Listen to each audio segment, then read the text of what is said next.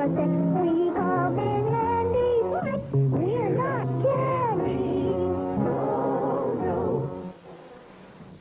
And, well, we just want to wish you a very Merry Christmas. So as Henrietta and Myrna are going to sing, I wish you a Merry Christmas, a blessed Christmas, and most of all, a happy Christmas. God richly bless you.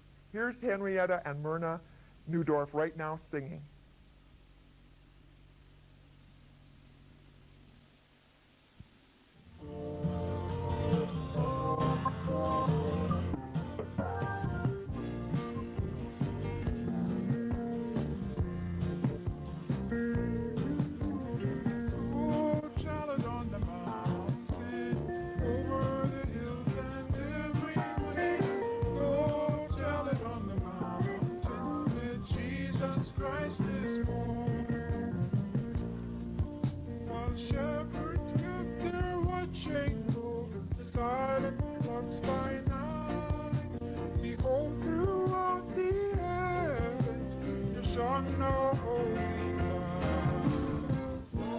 Tell it on the mountain, over the hills and everywhere. Go tell it on the mountain that Jesus Christ is born.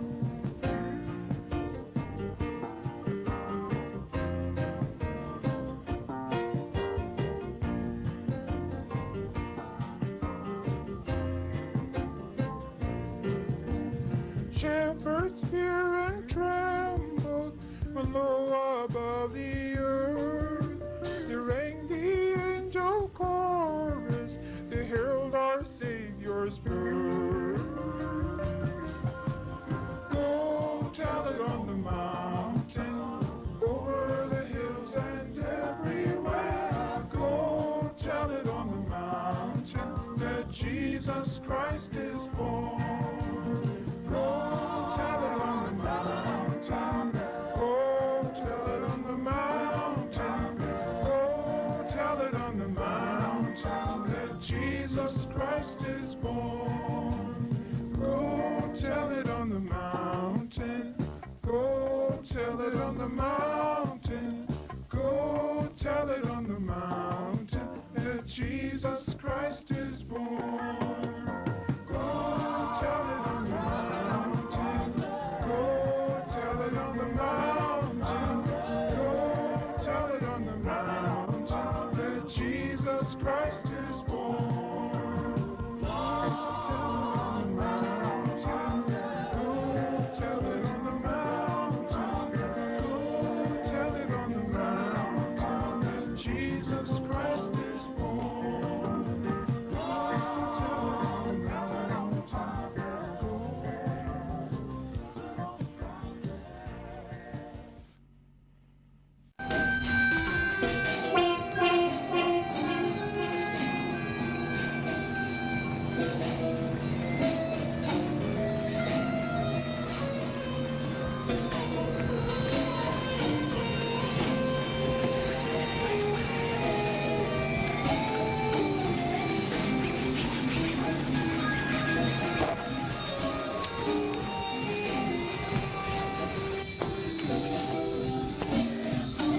Get the face going on here.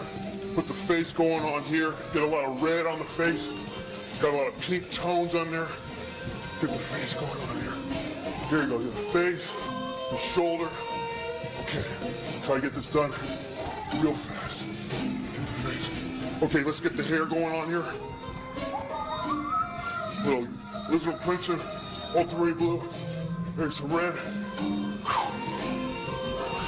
The red. Let's do some eyes. There's the eye. Whoa. 1 minute.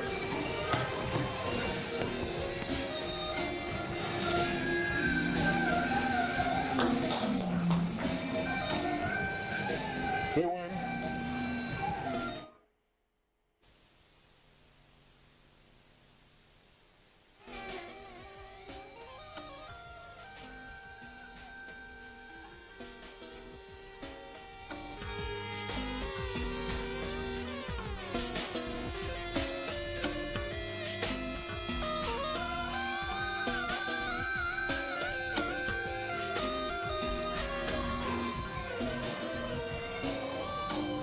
me get up to 3.5. It's a good feet. Okay, let's start. I'm ready.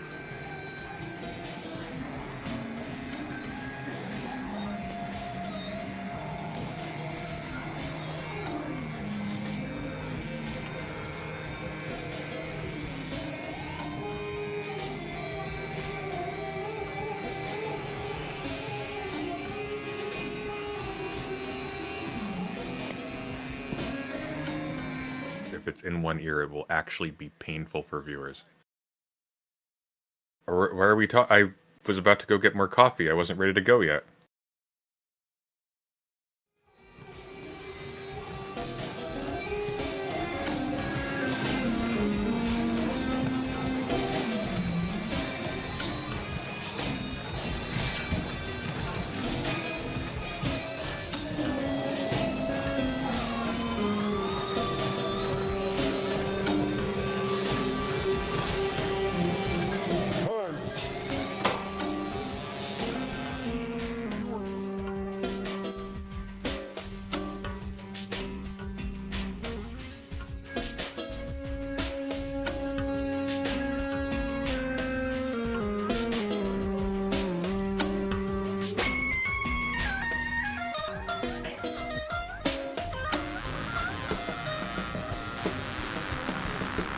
You ready? Yes. Okay, ready? Time, let's go. 1 minute.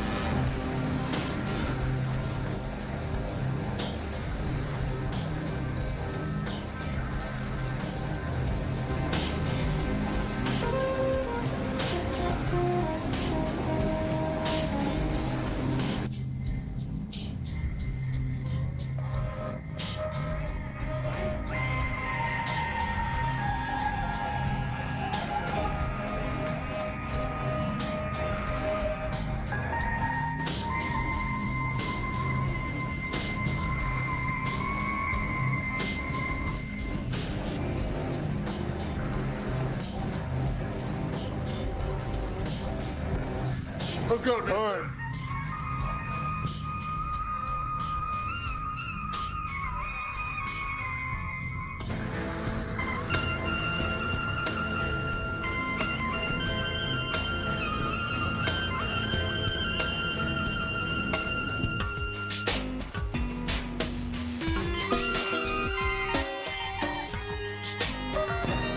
Hi, everybody. Welcome back. You've been watching Let's Paint TV and Exercise. We just warmed up here, doing a little warming up. A lot of times when you do figure paintings and work from live models, you do a lot of warming up. Those are 1 minute gestural poses. We're taking you live calls tonight here on Let's Paint and Exercise TV. We got a caller right here. Let's see what you got to say here. Hi, caller. Where are you calling from? Hello?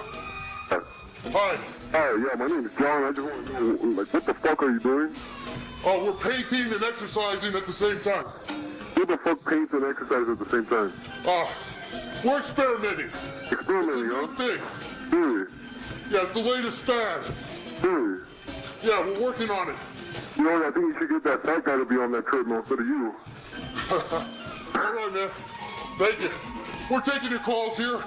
We're going to go into a rest of the show with the long pose. We kind of warmed ourselves up. By the way, 3.5 miles an hour. So we're going to get a good workout. 10% incline. And we're using oil paints. That's right.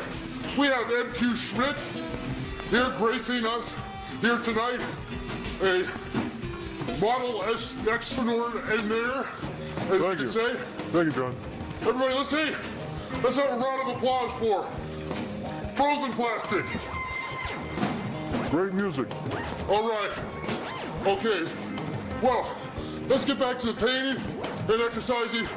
Taking the calls here live tonight, 6:30 at night on a Monday night. All right.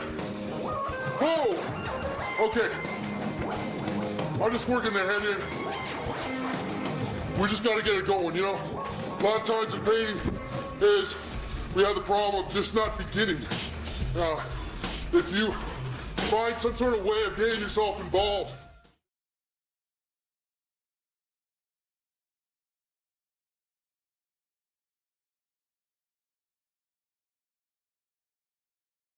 That is legitimately though. What the audio? It's just only coming out of the left ear as well. It's like this is like domestic abuse, just on a screen. All right. Well, welcome to In the Fold, my new daily show with Brooks. Brooks, you're muted, by the way. We're both muted, or is it just me? No, they can't hear you.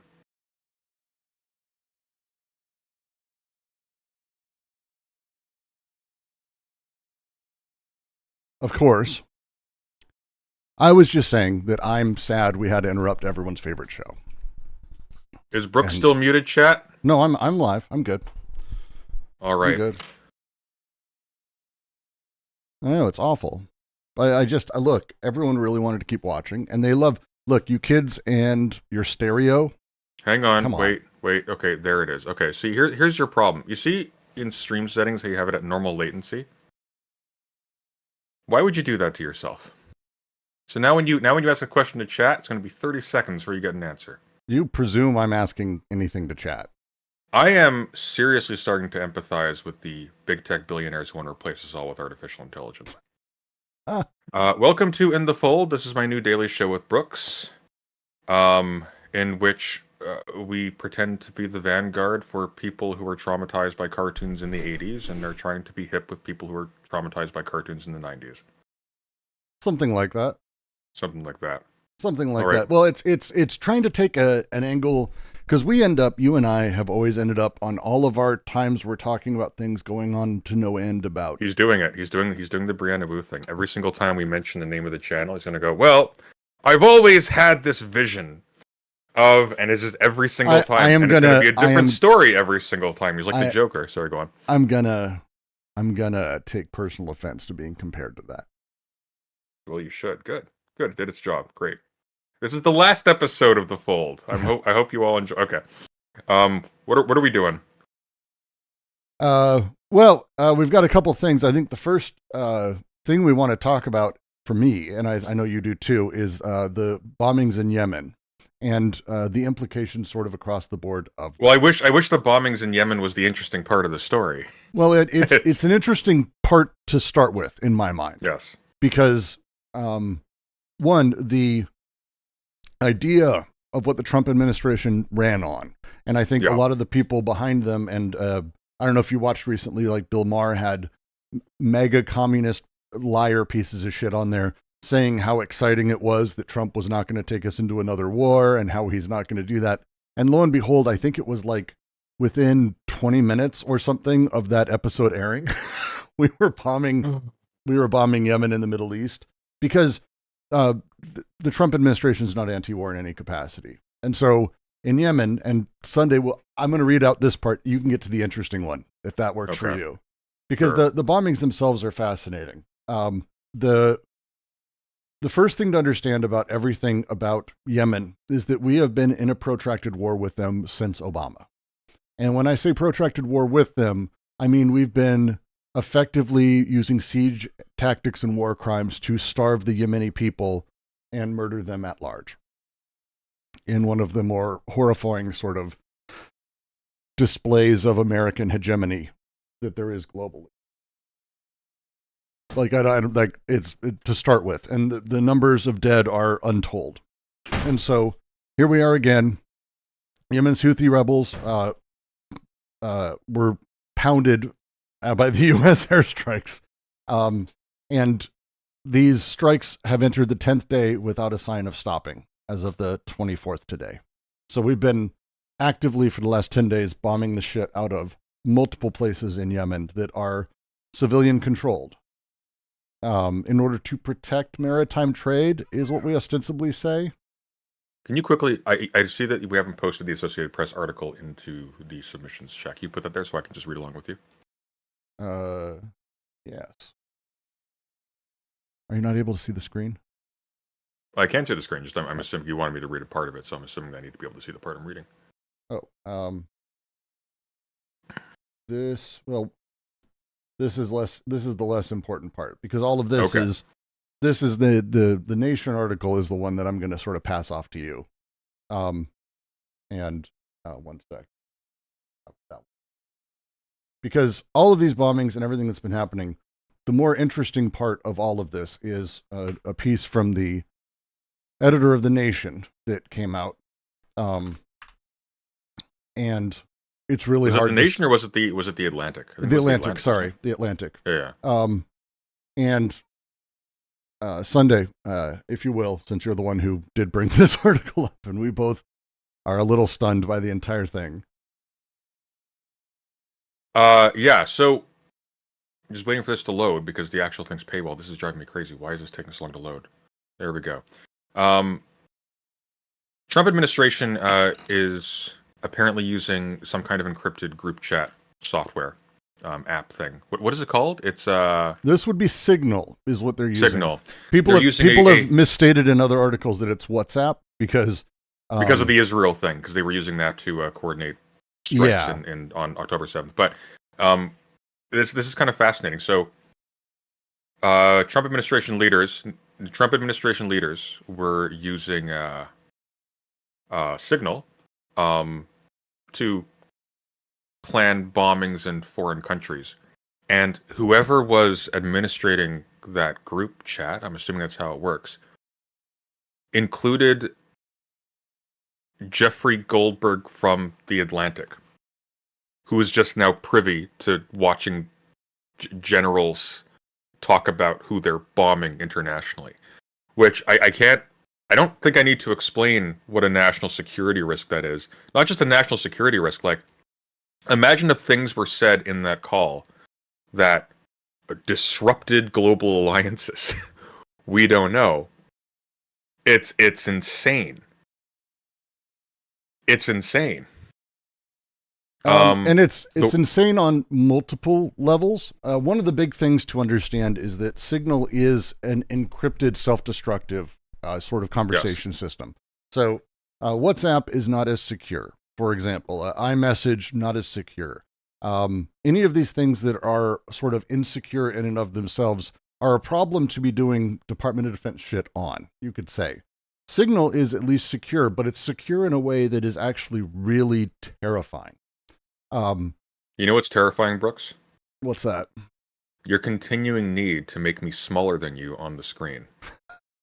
All right. We'll fix that. We'll fix that. There you go. Is that better? Yes. No? Okay. I can't see. I'm going to assume it's better. I made you very tiny.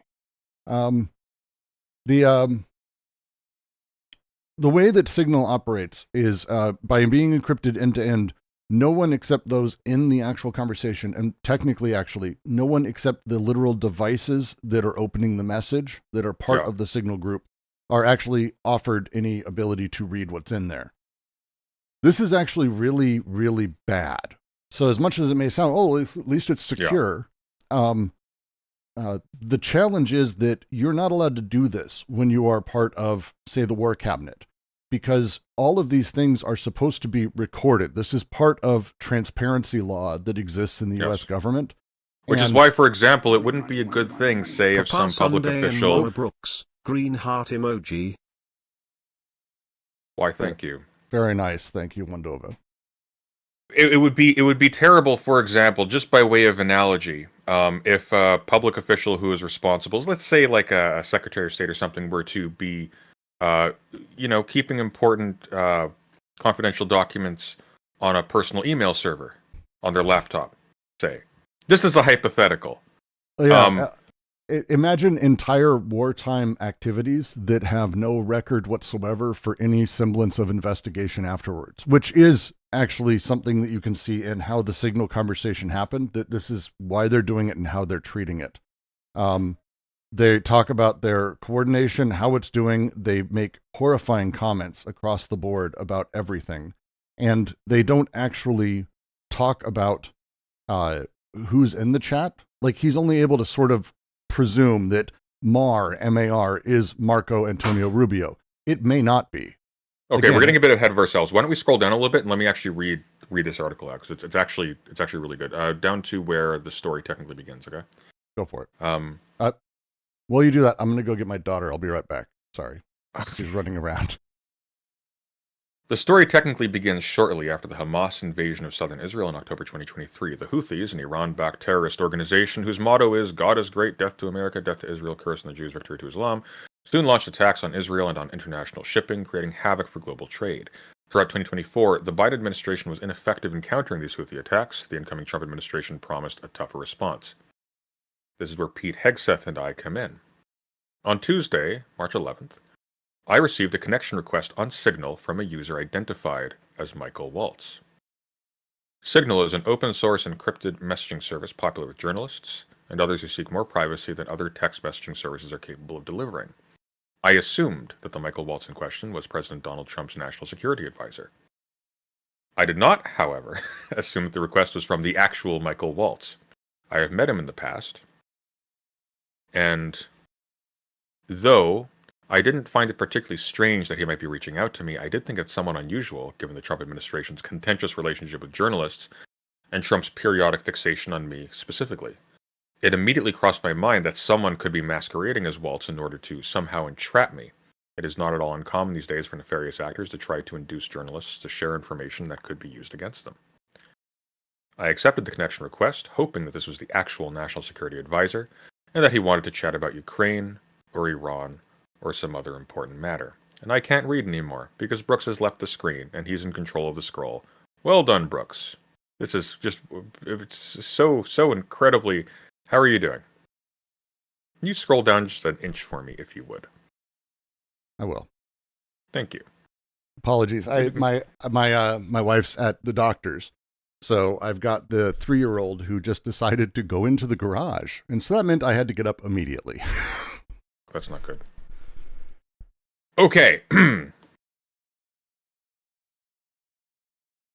I accepted the connection request, hoping that this was the actual national security advisor and that he wanted to chat about Ukraine or Iran or some other important matter.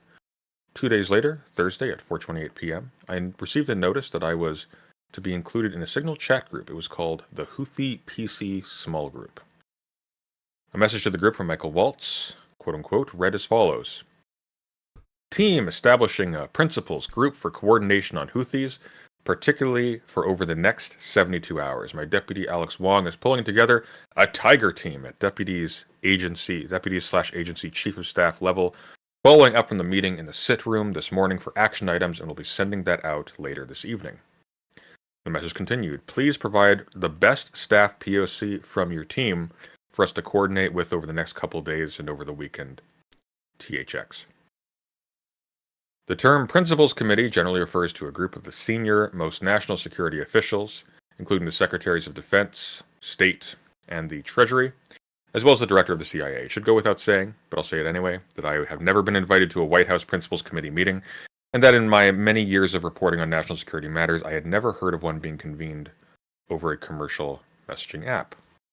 1 minute later, a person identified only as Mar, M-A-R, the Secretary of State as Marco Antonio Rubio, wrote, Mike Needham for State, apparently designating the current counselor of the State Department as his representative. At the same moment, a Signal user identified as J.D. Vance wrote Andy Baker for VP. 1 minute after that, TG, presumably Tulsi Gabbard, the Director of National Intelligence, or someone masquerading as her, wrote Joe Kent for DNI. 9 minutes later, Scott B., apparently Treasury Secretary Scott Bessent, or someone spoofing his identity, wrote Dan Katz for Treasury.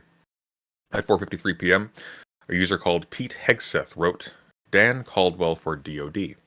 And at 6:54 p.m., Brian wrote Brian McCormack for NSC. One more person responded, John Ratcliffe, wrote at 5:24 p.m. with the name of a CIA official to be included in the group. I am not publishing that name because that person is an active intelligence officer. Jesus Christ. Just as an aside here, like, here's the thing. What's terrifying here is not specifically the use of the app. That's terrifying for different reasons. What's terrifying is that whoever is managing this, where did they get the list of people to include? Why are there email addresses, phone numbers, etc.? Why is there contact information in this list for people who do not have whatever extreme levels of security clearance is required to be involved in this call. Or for people who already have a secure and safe way of communicating all this information. Yeah.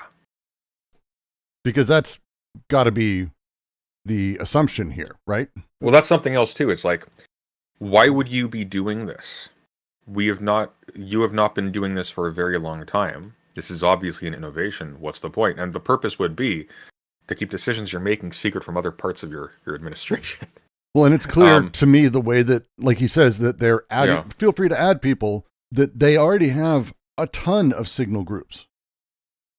You know what this screams to me? And this is something that a lot of people are still coming to grips with.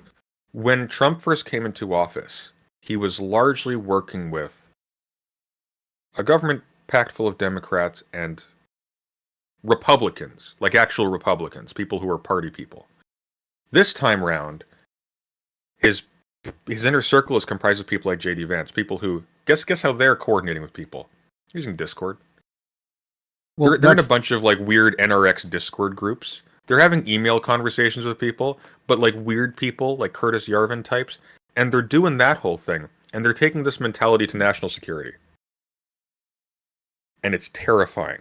Well, and just to read, because this paragraph, we're gonna go through the whole article because this is incredible. But I love this paragraph. After receiving the Waltz text related to the Houthi PC small group, I consulted a number of colleagues. We discussed the possibility that these texts were part of a disinformation campaign initiated by a foreign intelligence service, or more likely a media gadfly organization, the sort of group that attempts to place journalists in embarrassing positions and sometimes succeeds. Again, a right-wing thing. You know who he's talking about. I had very strong doubts that this text group was real because I could not believe that the national security leadership of the United States would communicate on Signal about imminent war plans. I also could not believe the national security advisor to the president would be so reckless to include the editor-in-chief of The Atlantic in such discussions with senior U.S. officials up to and including the vice president.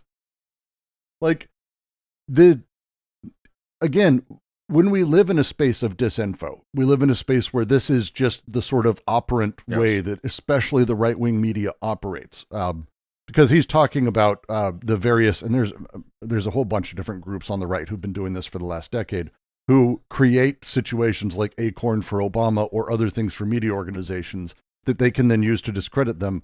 The fact that he had this, and it fairly, like he couldn't believe it because it's so silly, but he had to wait until after bombings proved it was real. And that's that's the crazy shit for me, that we have media that feels so disempowered.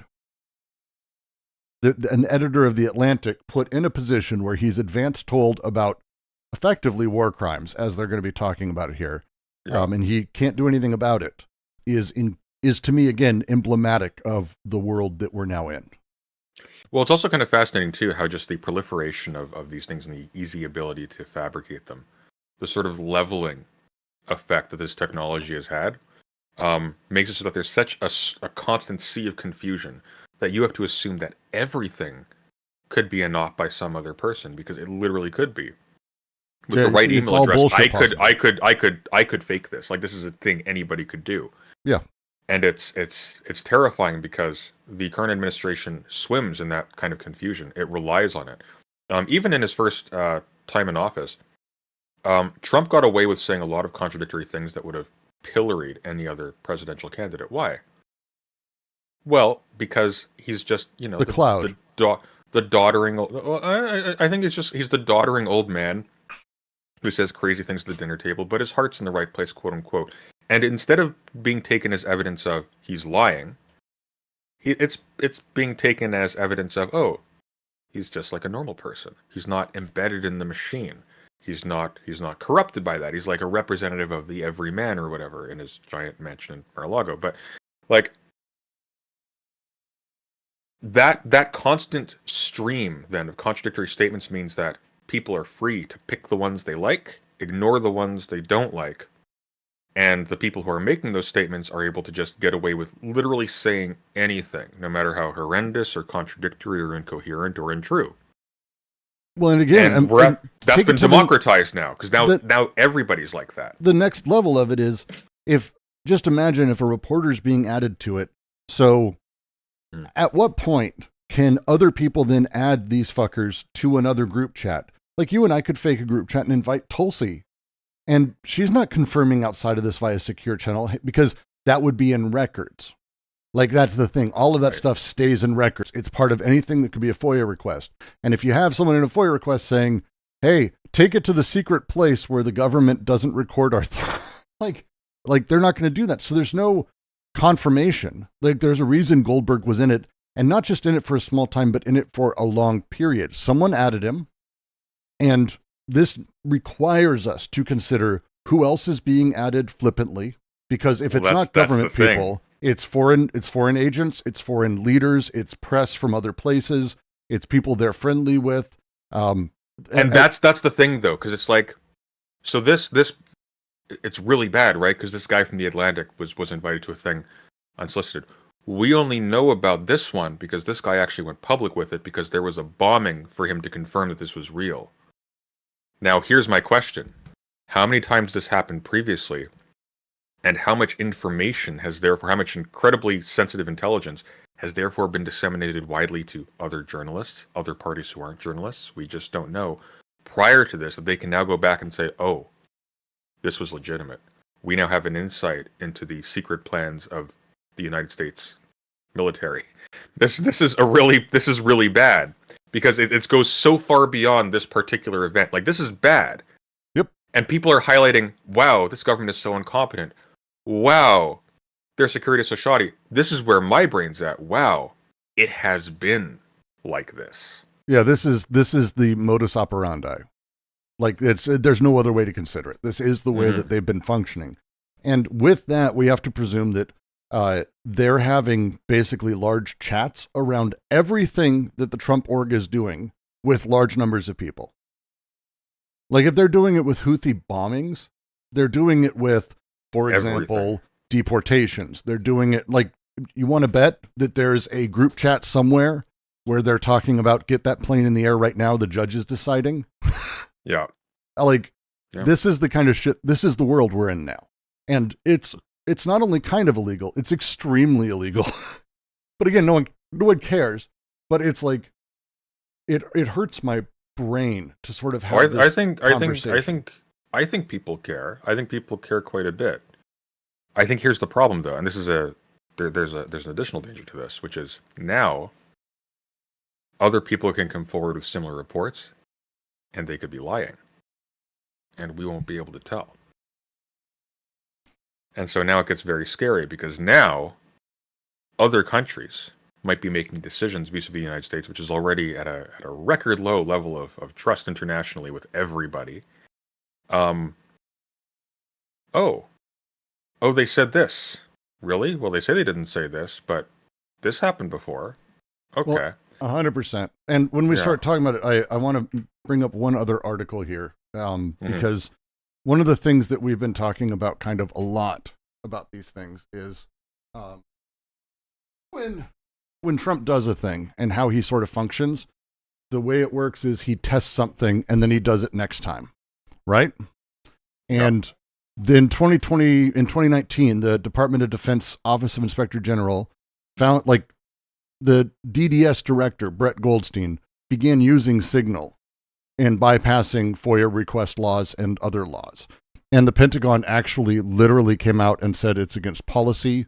This is not a thing we do, and we can't do this. But no one did anything about it. Like, he ended up ending his 2 years and he moved on. And lo and behold, here we are now, and they're just doing it with every fucking thing. Because fascists are give a mouse a cookie. That's the nature of the beast across the board for us.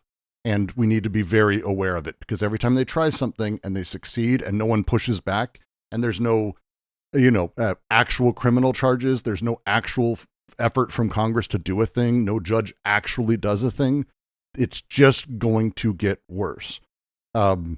The way that, and this was, again, this article is from June 22nd, 2021.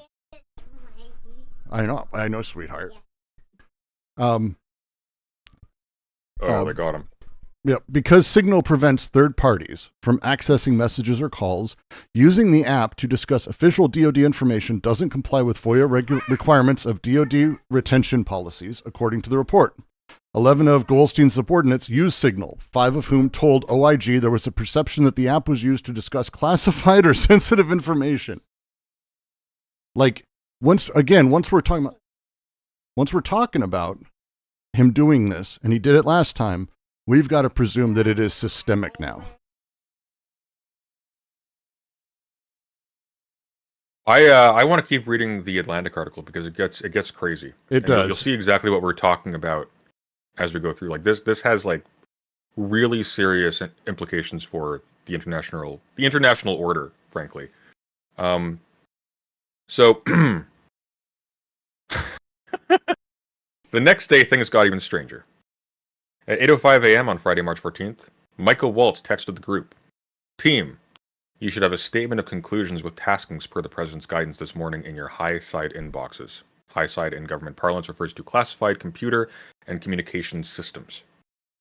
State and DoD, we developed suggested notification lists for regional allies and partners. Joint Staff is sending this AM a more specific sequence of events in the coming days, and we will work with DoD to ensure COS, OVP, and POTUS are briefed. At this point, a fascinating policy discussion commenced. The account labeled JD Vance responded at 8:16. "Team, I am out for the day doing an economic event in Michigan, but I think we are making a mistake." Vance was indeed in Michigan that day.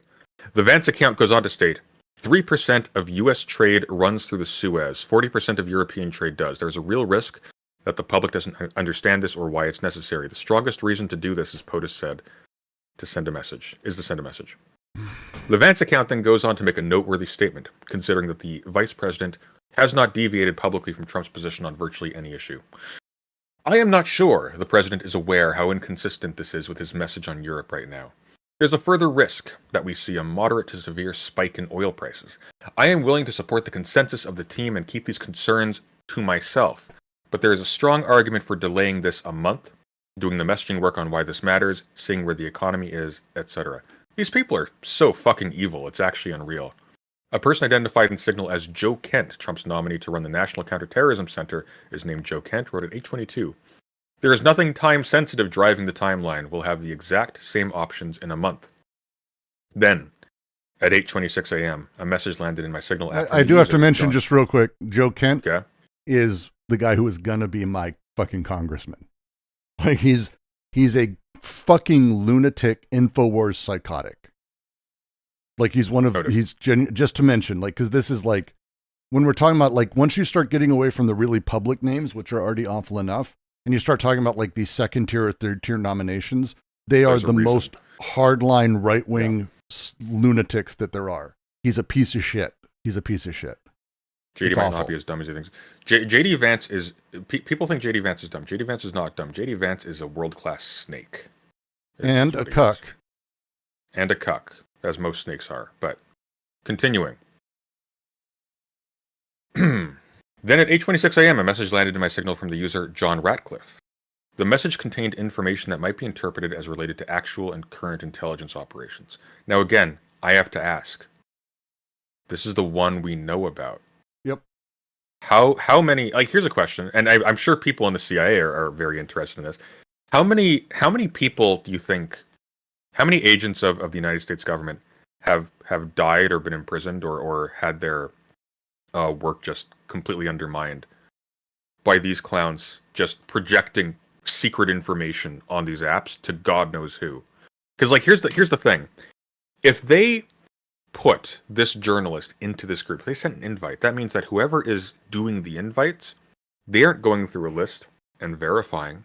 Nope. They've just got a list and they're just hitting push. And again, the way that this works, this conversation in some way would be recorded somewhere for investigation at some point. So, like, because Pip is asking, and I think it's worth taking a second, why is JD Vance, like, not gung-ho about bombing brown people like he usually is? You know, he's a piece of shit. That's because this stuff that the Houthis are doing hurts Europe more than us. And by helping Europe, he sees that as a negative for the messaging from Trump. So Like, that's, again, because he's a piece of shit, I think is the answer. Is that fair, Sunday? It is, but I'd like to finish the article. At 8:27, a message arrived from the Pete Hegseth account. VP, I understand your concerns and fully support you raising with POTUS. Important considerations, most of which are tough to know how they play out. Economy, Ukraine, peace, Gaza, etc. I think messaging is going to be tough no matter what. Nobody knows who the Houthis are, which is an astonishing statement. I think messaging is going to be tough no matter what. Nobody knows who the Houthis are, which is why we would need to stay focused on, 1, Biden failed, and 2, Iran funded. Yep. And that's, by the way, that's been the Republican playbook for this. Flatly. And they're not wrong. I don't think the average American has a clue about the Houthis as a people or what they've gone through or what is happening in Yemen. It is one of those terms you can say it's God's blind spot. The people who would be reacting to this in the news are. The people for whom this is going to be tough messaging are, right? We're not talking about hardline Trump supporters. We're talking about the majority of the rest of the country that is not super happy with this, including, by the way, a whole lot of Trump critical people who are now paying attention to other media. The Hegseth message goes on to state, waiting a few weeks or a month does not fundamentally change the calculus. 2 immediate risks on waiting. 1, this leaks and we look indecisive. There's another variant of this that he didn't take into account, clearly. 2, Israel takes an action first, or Gaza's ceasefire falls apart, and we don't get to start this on our terms. We can manage both. We are prepared to execute, and if I had final go or no-go vote, I believe we should. This is not about the Houthis. I see it as 2 things. 1, restoring freedom of navigation, a core national interest, and 2, reestablish deterrence, which Biden cratered. But we can easily pause, and if we do, we can easily pause. That's a crazy statement. And if we do, I will do all we can to enforce 100% OPSEC, Operation Security. I welcome other thoughts. What a sentence to include in this. I will do all we can to enforce 100% OPSEC, and that's in the leak. That's just beautiful. It's amazing. It's, again, the utter incompetence across the board of these fucking people. On top of, like, again, they're doing a bunch of illegal shit, and they're bad at it. Like, it's miraculous. Well, which begs the question is, like, why are they doing a bunch of illegal shit? Because here's the thing, right? You don't have to do that. The executive branch is able to make dangerous decisions like this by the book because it's charged with it's allowed to do that. That's the rule. You can be jailed for life for breaking security like that, like this, as a matter of fact. This is just insane. Like, this is the kind of thing that a Julian Assange would risk life imprisonment for. And it's just hey Atlantic, just take it. Just take it.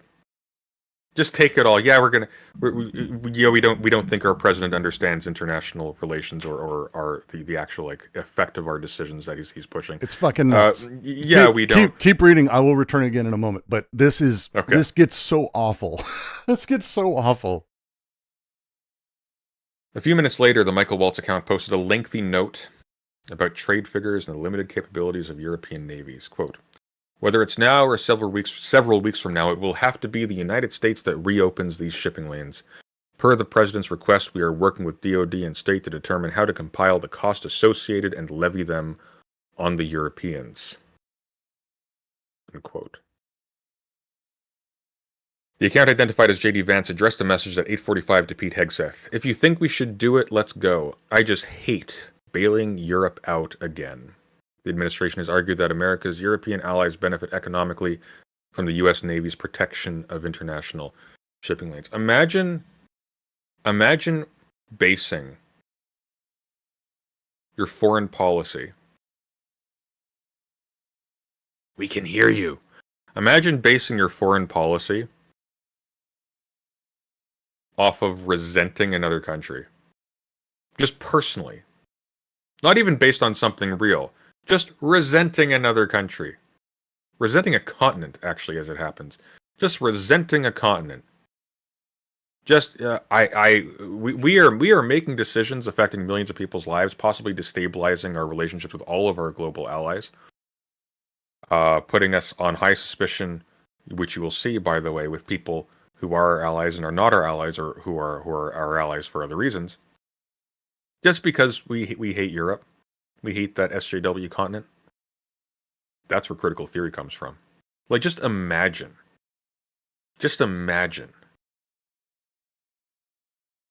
It's like, wow. Resenting a political bloc, yeah.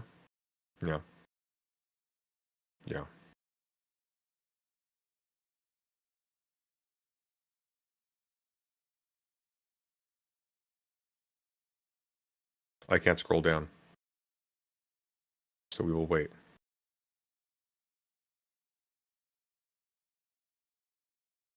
I guess we can keep going there for that last paragraph. The user identified as Hegseth responded 3 minutes later. VP, I fully share your loathing of European freeloading. Brooks, we can still hear you. I fully share your loathing of European freeloading. It's pathetic, but Mike is correct. We're the only ones on the planet, on our side of the ledger, who can do this. Nobody else even close. Question is timing. I feel like now is as good a time as any. Given POTUS directive to reopen shipping lanes, I think we should go, but POTUS still retains 24 hours of decision space. European freeloading. If you are benefiting from a relationship, why would you care if another party is benefiting more? You might resent it a little bit if you're being exploited at your expense. But if you're not, if, for example, this quote-unquote freeloading is actually a deliberate extension of American power that you're too stupid to understand. Because here's the thing, and this is what a lot of analysts have been ringing the alarm bells about. It is to the United States' benefit to benefit other countries. It is to the United States' benefit. Sundance, what's happening? I have no idea. I don't know either. Oh, you're back. Okay, good. It is to America's. It's that fun age. It's a thing people may not know if you don't have kids. There's that age where they become deeply precocious and don't give a shit about anything you say. So it's just one of those fun times. And just because you said that, your kid's not going to be saying shit in kindergarten. Well done. Oh, we were at. That's not the worst thing they say.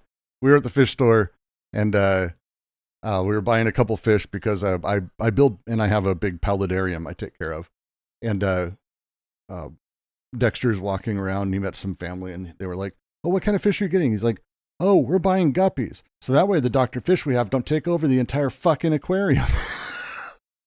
Like, yeah, that's my kid. That's just my kid. I know, it's terrible. Speaking of guppies taking over the entire aquarium, I can't get over this. I fully share your loathing of European freeloading. These people don't understand that. They don't understand how the globe works or how international hegemony functions. It's incredible. Well, that's the thing. Like, international hegemony. That is a carefully cultivated, expensive, centuries-long development that, once lost, will not be attained without tremendous suffering by the United States. And it's like, that freeloading is dependency. That's power. That's power without having to literally hold a gun to people's heads, which is greater power than having to hold a gun to people's heads. Or that's a situation of insecurity. Cooperation. Because with that those are synonyms. Right, but they have different intentions behind them. Because it could be a very positive thing where it's like, hey, we work with our allies because you are high trading partners with us, because we want to work with you in these defensive I'm going to stop you there, actually. I'm going to stop you right there. We have to throw intentions out the window now, because we're in a situation in which the current administration has no reason we can have no expectation that they will honor the intentions or the decisions of the previous administration. Oh, no, certainly. But I think that's my point. But hang on. So we actually do need to reduce this now into naked self-interest. And here's the problem. When you remove those benefits that your country is giving to others that they have grown dependent upon, that self-interest, that connection that keeps them tethered to you is gone. And so they'll go somewhere else. I think it's worth talking about because the system of hegemony that Trump has basically taken a hammer to over the course of his entire presidency, well, I'm not necessarily a big fan of it. The reality of how it came to be and what it is and how we now integrate it, I think we can talk about intention from a distinctly American perspective. And I know being Canadian, I think you can see it, but it's maybe tougher. We as a country, and it's, again, the phrasing Pete Hegseth has here, he doesn't have to have a show. These people, he doesn't know, he clearly doesn't know there's a reporter here. These are people who are within the space of almost the cone of silence. And he is still, in all caps, writing, it's pathetic. Like he's still putting that emphasis. So the space of where he's invested is in that very American thing of you're on your own. The only honest day's work is a day's work you do alone. Anyone who helps you ever is completely a piece of shit. Anyone who gets help sucks. It's a very American mentality that is something that is instilled in anyone my age, certainly by their parents, and anyone their age by their parents. And it's a thing that's been growing over time. Europe doesn't have the same mentality. Canada and even Mexico, we're very unique in the way that we believe we are able to become the best in the world, every individual person, by being alone. And that atomization in the extreme way is what I think we're seeing. And it's what that nihilistic sort of, the world is on its own, we're on our own, they shouldn't be freeloading off of us. I actually think that there's a different type of hegemony they're wanting to aim for that is distinctly corporatist fascist. Because this is the other thing I recognize in this is Mussolini's writings. Well, we also know this because J.D. Vance is in this call, and J.D. Vance is a big admirer of Moldbug, who's very explicit. This is what we want. This is the guy who's bankrolled by Peter Thiel. These guys are all buddy-buddy with each other. We know this. That's exactly what they want. Yeah, it's really, really tough. Let's think for a second about the idea that is often floated that the American experiment in democracy has failed. Okay, I resent the notion of an American experiment in democracy by itself, but let's take that as given. The American experiment in democracy has failed. You'll see that phrase a lot in neo-reactionary, sort of like Moldbugian, Peter Thielian, whatever sectors. Mm-hmm. And here's my question: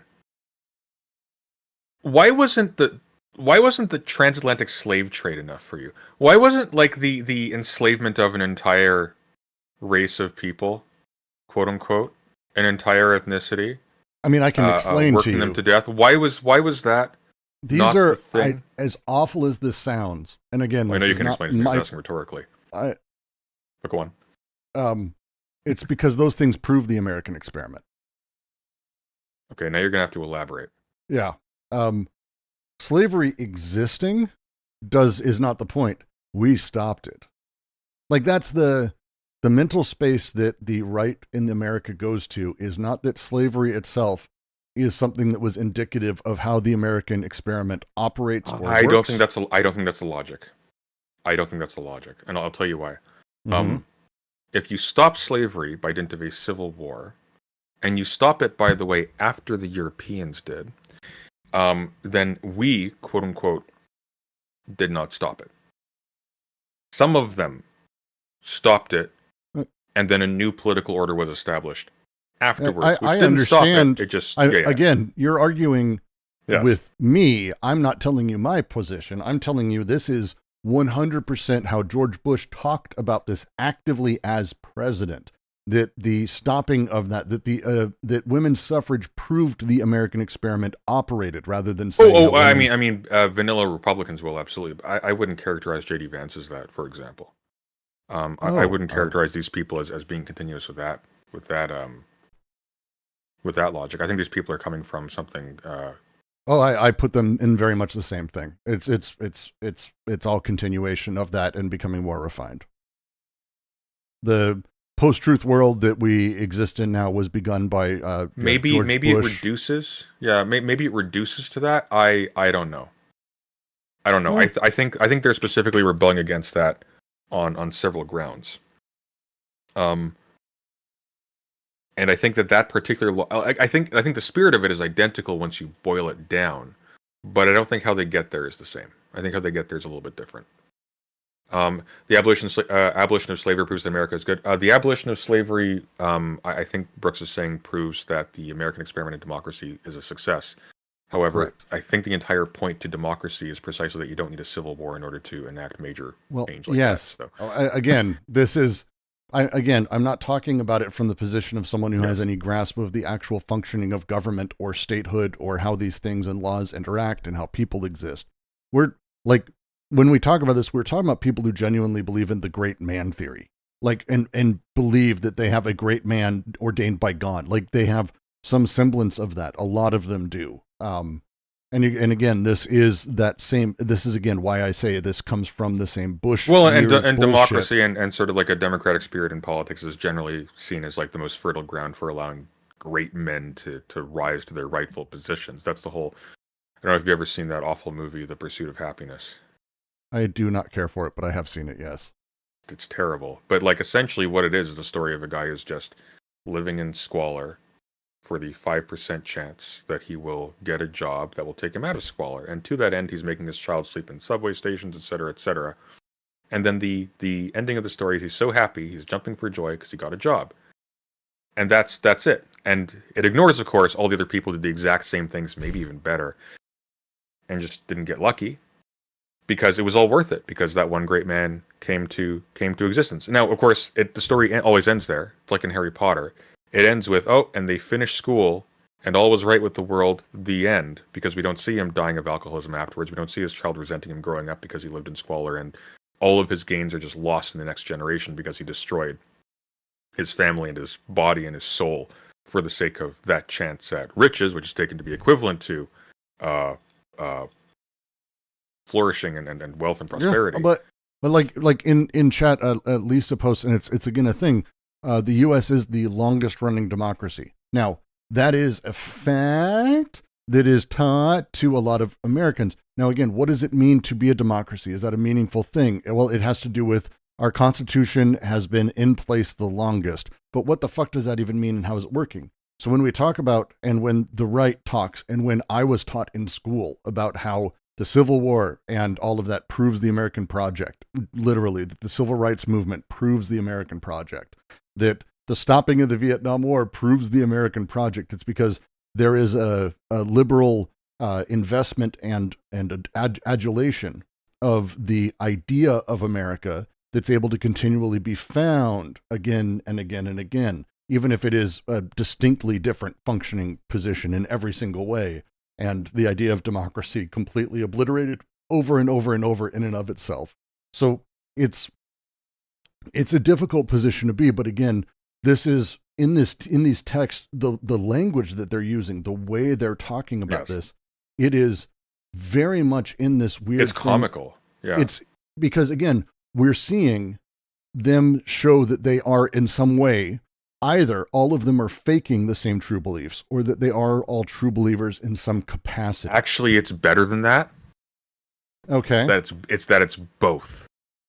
So J.D. Vance is basically declaring, which we already knew because we saw him pivot on Trump when he was offered a position under Trump, because he used to characterize Trump as a tyrant. He used to rail against Trump until all of a sudden Trump offered him a job, and what we're seeing here is these people are exactly as snaky as we thought, but that pathetic part of them that has like the political comprehension of like an edgy high school student who's just discovered like a Mencius Moldbug blog or watched Sargon or whatever.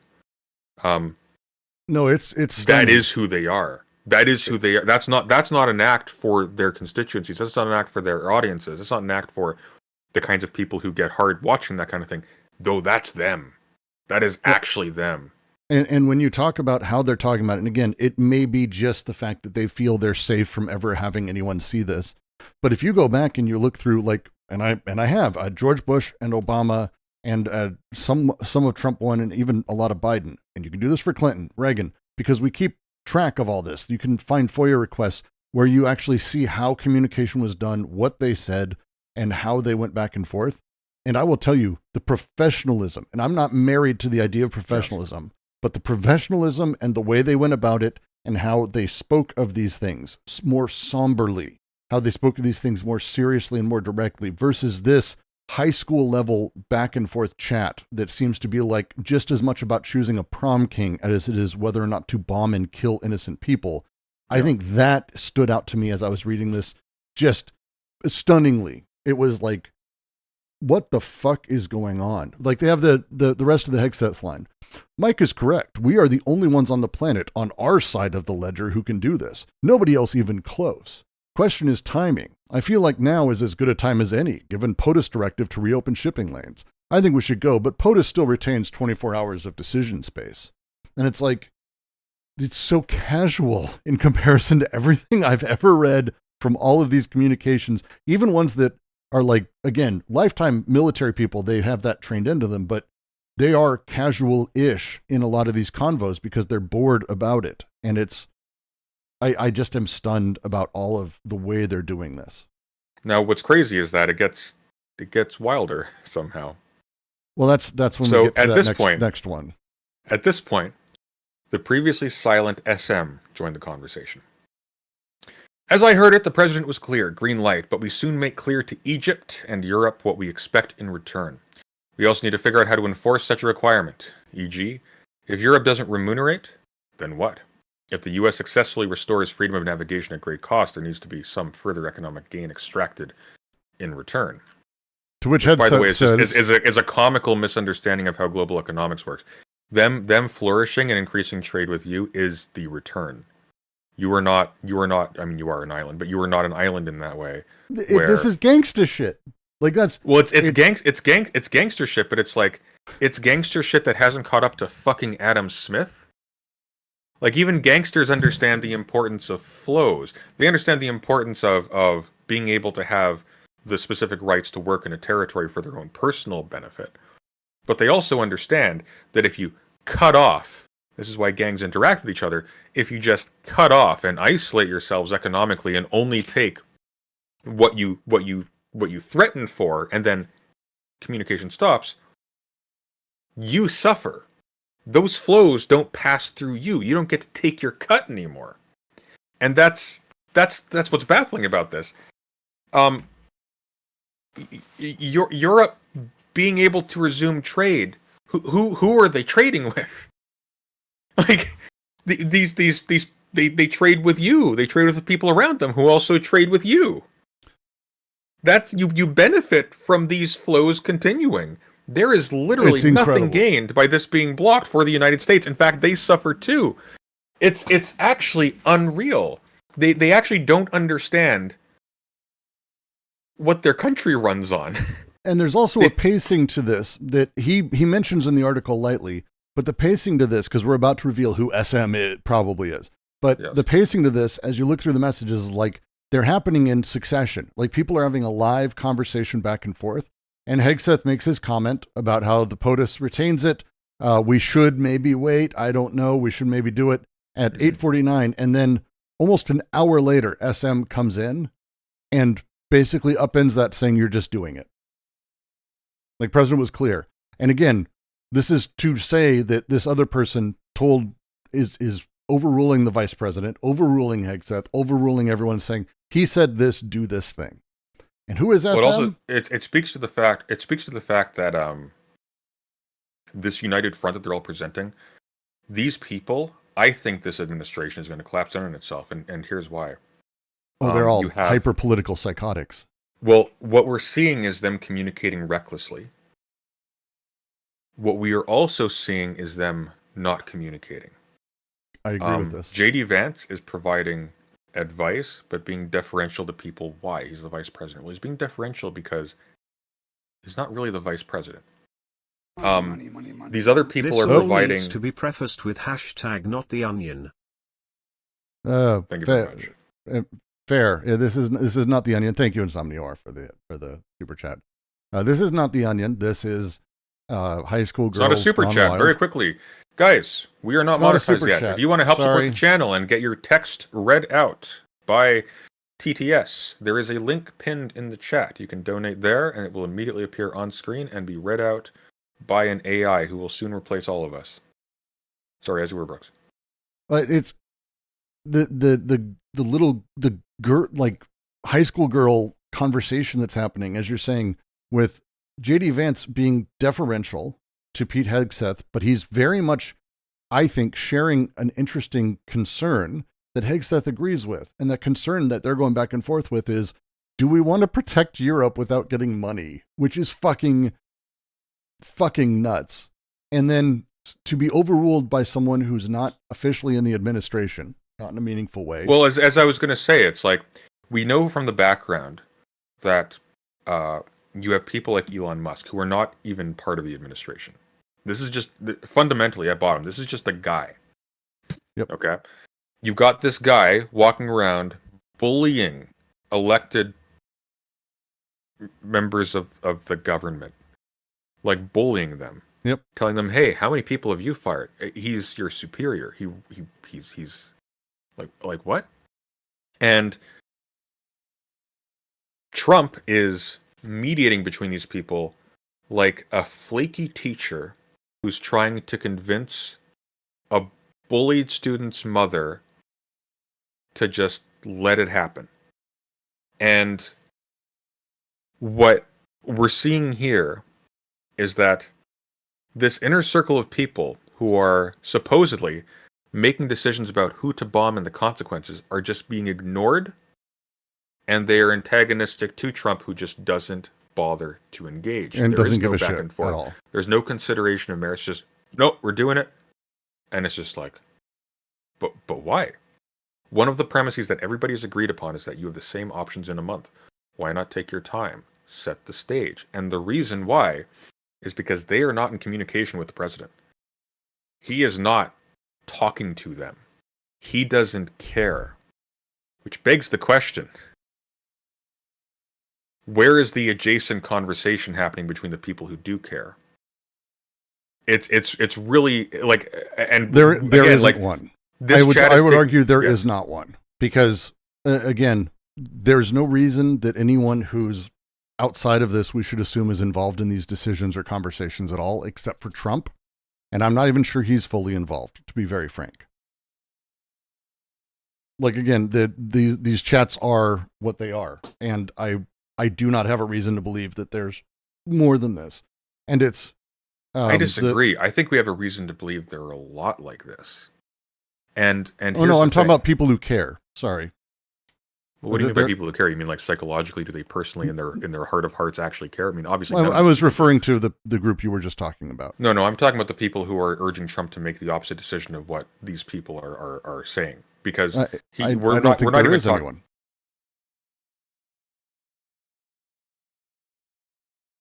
I think there's someone. We can hope. But it's, I think... No, I don't hope. I'm kind of the opposite, because these people, like, here's the thing, these people are comical. But yes, they're advising a more cautious approach than what the Trump administration ultimately took, which was to just go ahead and bomb on the 14th. So if he's, for example, taking cues from Elon Musk, who's saying just go ahead, just as an example, that's not good, right? Because it means that Trump does actually have clearer heads. I think you and I may be reading these differently then. So for me, what I'm seeing is that they're both trying to divine, I mean, they're doing the despotic overcoding thing, trying to define what Trump wants more than anything. They're not actually doing it in a position of like, I think this may be a good idea, but instead this might be more true to Trump's vision. No, I disagree, and I'll show you when why. When Miller comes in, he says, the president was clear. We have a green light to do this, but we soon make clear to Egypt and Europe what we inspect in return. Yeah, but you've forgotten what JD Vance said when it started. So earlier on, JD Vance comes in, and he said, "Hang on, let me find it quickly." So when JD Vance comes in, I think we're making a mistake. 3% of U.S. trade runs through Suez, 40% off European trade. There's a real risk. The public doesn't understand this or why it's necessary. Strongest reason to do this, as POTUS said. Okay, this line here. Hang on. This line here. There is a real risk. The public doesn't understand why or why it's necessary. The strongest reason to do this, POTUS said in the message. Here we go. I am not, in the second paragraph here, where it says the Vance account, quote, I am not sure the president is aware how inconsistent this is with his message on Europe right now. This is a statement saying that he does not have faith that the president understands. There is a breakdown of communication being represented here. That's a super important line to me. That's a super important line. So what I'm seeing here is they're all crazy, and they're all pathetic, and they're all as childish as we were discussing, but there are steps. There's the people who are making the actual decisions. There's the people who should be helping make the actual decisions down here, and they're a little bit smarter. And then there's somebody else back here who's making this part ignore this part. And I'm curious as to what that is. Because absolutely Trump is getting advice from people. Absolutely he's talking to people about this. He's making decisions, probably weighing what they're saying, but he's not communicating that weighing. That's not here. He's not present in this conversation, obviously. So, like what I'm seeing here is these people are discussing as if they cannot count on the president to hear what they're saying. When he says, I'm not sure the president is aware, in the third person, I am not sure the president is aware how inconsistent this is with his message on Europe right now. That is a statement that the president is not competent to actually gauge the consequences of his decisions. That's not saying, I disagree with the president that this will negatively impact his messaging on Europe or whether it won't. That's saying, I don't know if he'd be able to tell. I don't think he's there. That's my read on it. I think it works. The biggest challenge for me across the board for all of this. Sunday name names, don't give us this group or that group. It's a hypothetical. I don't know the group. What's wrong with you? Yeah, this is where we start getting into the way I read this, and even the thing with J.D. Vance is he's trying to do what Trump's bigger intention is. Oh, I don't think Trump understands that this may be counter to his message that he truly wants. And the correction that Stephen Miller offers is that Trump was clear, this is with his message. We do this to save Europe. And then we say to them afterwards, Rick's, I thank you very much for the very nice. Thank you. We do this and then we extort money. Like that's basically what Stephen Miller's saying. And immediately Pete Hegseth agrees. And so this is, to me, I find this part fascinating. And I think there's a lot of nightmares to be had here, to be perfectly frank. But yeah. Let's press on because we aren't actually done yet. No, we're not. That message from SM, presumably President Trump's confidant, Stephen Miller, the Deputy White House Chief of Staff, or someone playing Stephen Miller, effectively shut down the conversation. The last text of the day came from Pete Hegseth, who wrote at 9:46 a.m. Agree. After reading this chain, I recognized that this conversation possessed a high degree of verisimilitude. It's a big word. The texts, in their word choice and arguments, sounded as if they were written by the people who purportedly sent them, or by a particularly adept AI text generator. I was still concerned that this could be a disinformation operation or a simulation of some sort, and I remained mystified that no one in the group seemed to have noticed my presence. But if it was a hoax, the quality of mimicry and the level of foreign policy insight were impressive. It was the next morning, Saturday, March 15th, when the story became truly bizarre. At 11:44 a.m., the account labeled Pete Hegseth posted in Signal, Team Update. I will not quote from this update, or from certain other subsequent texts. The information contained in them, if they had been read by an adversary of the United States, could conceivably have been used to harm American military and intelligence personnel, particularly in the broader Middle East, Central Command's area of responsibility. What I will say, in order to illustrate the shocking recklessness of this Signal conversation, is that the Hegseth post contained operational details of forthcoming strikes on Yemen, including information about targets, weapons the U.S. would be deploying, and attack sequencing. The only person to reply to the update from Hegseth was the person identified as the vice president. I will say a prayer for victory, Vance wrote. 2 other users subsequently added prayer emojis. That's just, I can see Wes Anderson writing this in my head, and it's just beautiful. According to the lengthy Hegseth text, the first detonations in Yemen would be felt 2 hours hence at 1:45 p.m. Eastern Time. So I waited in my car in a supermarket parking lot. If this Signal chat was real, I reasoned, Houthi targets would soon be bombed. At 1:55, I checked X and searched Yemen. Explosions were then being heard across Sana'a, the capital city. I went back to the signal channel at 1:48. Michael Waltz, quote-unquote, had provided the group an update again. Again, I won't quote from this text, except to note that he described the operation as an amazing job. A few minutes later, John Ratcliffe wrote, "A good start." Not long after, Waltz responded with 3 emoji, a fist, an American flag, and fire. I'm just going to, while you read, I'm going to scoot past the text and just show the actual screenshot. Yeah, please do that. Not long after, Waltz responded with 3 emoji, a fist, American flag. I just read that. Others soon joined in, including Mar, who wrote, "Good job, Pete, and your team." And Susie Wiles, who texted, "Kudos to all, most particularly those in theater and CENTCOM. Really great, God bless." Steve Witkoff responded with 5 emoji, 2 hands praying, a flexed bicep, and 2 American flags. They should just be posting eggplants at this point. TG responded, "Great work and effects." The after-action discussion, indeed. Great work and effects, guys. The after-action discussion included assessments of damage done, including the likely death of a specific individual. The Houthi-run Yemen Health Ministry reported that at least 53 people were killed in the strikes, a number that has not been independently verified. On Sunday, Waltz appeared on ABC's This Week. Just a fucking, it's worth a second for a gigantic goddamn sigh. Like, a lot of civilians were killed in these strikes. Like, it's the thing to just notice. Just to go back to the article on the airstrikes that they're talking about, because it's worth inserting, because this is the reality of the thing. This is the building. Here are the people. This is what was bombed. The Houthis described American airstrikes targeting sites around the city. Houthi stronghold, because there's a lot. It's Yemen. Almost everything's a Houthi stronghold. The Red Sea port of Hodeidah, Marib province, oil gas fields. Killed 53 people immediately after they began March 15th. Started after the Houthis threatened to begin targeting Israeli ships again over Israel blocking aid entering the Gaza Strip. The rebels in the past have a loose definition of what is an Israeli ship, and that's what they threatened. They've been targeting vessels. This has been the excuse they've been using for forever for this. But like, the actual bombing has killed a huge number of people. And you can see in the background, there's not a lot of buildings that have been spared. This is Gaza-esque, what we're doing.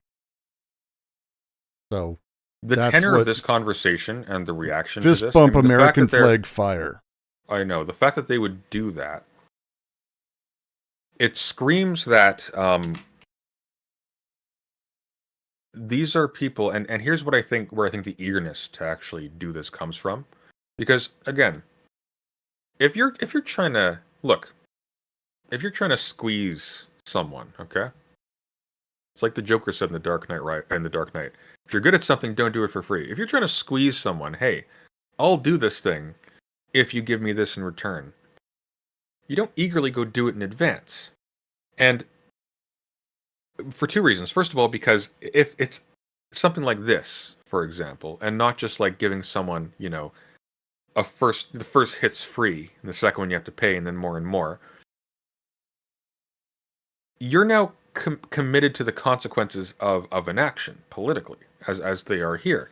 And why would you not take the time that you have to seed the ground, make it with 2 E's and an S, not seed, give away the ground? Why would you not take the time to prepare the ground so that this is as successful as possible, when everybody advising you is saying we have time? We should take our time, we should do this carefully and right so that we benefit and we win. And the reason is that these are people who never thought they'd make it this far. These are people who are really, really aroused by the fact that they have these weapons at their disposal and they want to use them. They are really excited about having the buttons that these things push. They're like a kid who's like playing like a paradox strategy game for the first time, and they just realize after being very bored for several hours, so that's how you wage war. And then you crash your entire playthrough because you want to see what happens. And that's the attitude here. It's like, there were very pointed reasons given, even by people who are generally very reckless, very callous, very, very crude, and with a very simplistic understanding of international relations and global economy, who were still like, at least we can recognize that there is a publicity hit that we could take by doing this quickly. Maybe we should do it slowly. No, green light, go ahead. We want to do it. We want to do it now. America. It's like these people are actual children. They really These people are actual children. No, you're missing something. Trump is a sales guy. He's creating the problem and demanding payment. No, there already is a problem, though. That's the whole... That the Houthis are the problem. That's already That is the entire thing. That's the thing. Otherwise, there'd be no cause to bomb the Houthis in particular. Why would he? If he wanted to cause a problem, he would be doing something to provoke them into blockading more or something. I don't know what exactly that would be in that case. There's already a problem. The demand is there. He doesn't need to create the demand. If you're doing extra work to create a demand that's already satisfied, you're an idiot. Which, I mean, fair. So, on Sunday, Waltz appeared on ABC's This Week and contrasted the strikes with the Biden administration's more hesitant approach. Because the Biden administration, while headed by someone who probably had left the domain of consistent sentience, was not advised by people who were in that state. These were people who actually knew how to run a state and how to conduct international relations without self-destructing, making reckless actions because it made them feel big in their private voice chats that then get leaked and embarrass them till the end of time. This is going to be in college textbooks, by the way, forever. The fact that this conversation was leaked in this way, just so you guys know, this is going to be like a thing. There's going to be a module on this in high school history classes. These were not kind of pinprick back and forth what ultimately proved to be feckless attacks, Waltz said. This was an overwhelming response that actually targeted multiple Houthi leaders and took them out. Took them out. Oh boy. It's just wild. It's unfucking real, man. It's so fucking weird to see. And again, I just have to sit and ask, who did they think they were adding? Like, this is the other part for me that is like, who do they think they're adding to this group that is this guy? Like, there's so many questions I have. So obviously they're using their personal devices because a government device wouldn't allow Signal to be installed. So they're using personal devices to do this. So who added him? You know what I'm interested in? I'm not familiar with Signal. So there is a notification, presumably like in other social media things, when someone joins the chat, right? When someone is invited, it alerts everybody this person's been invited. Okay. But does that show up if you've been invited after that person has been brought in? Like, do you retain the history of these chats are pretty around. I mean, again, a lot of these groups have their own rules about how long things just stay in there. What I'm asking you is, like, if I was invited to this group chat, hypothetically, at this point, would my history of the conversation be relegated to everything that happened after I joined, or would I have access to the history of all activity on the chat prior to this? That's a per group setting.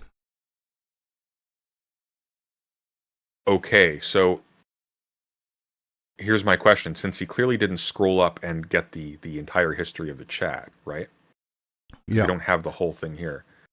I have to wonder, and I don't see any screenshots showing so-and-so entered the chat, so maybe we don't even see that. I have to wonder. I don't think he's putting in certain ones because he's, as he wrote I understand. earlier, I know. I get that. But, like, we're not seeing when people enter the chat either. So if we don't have screenshots of that, I have to wonder.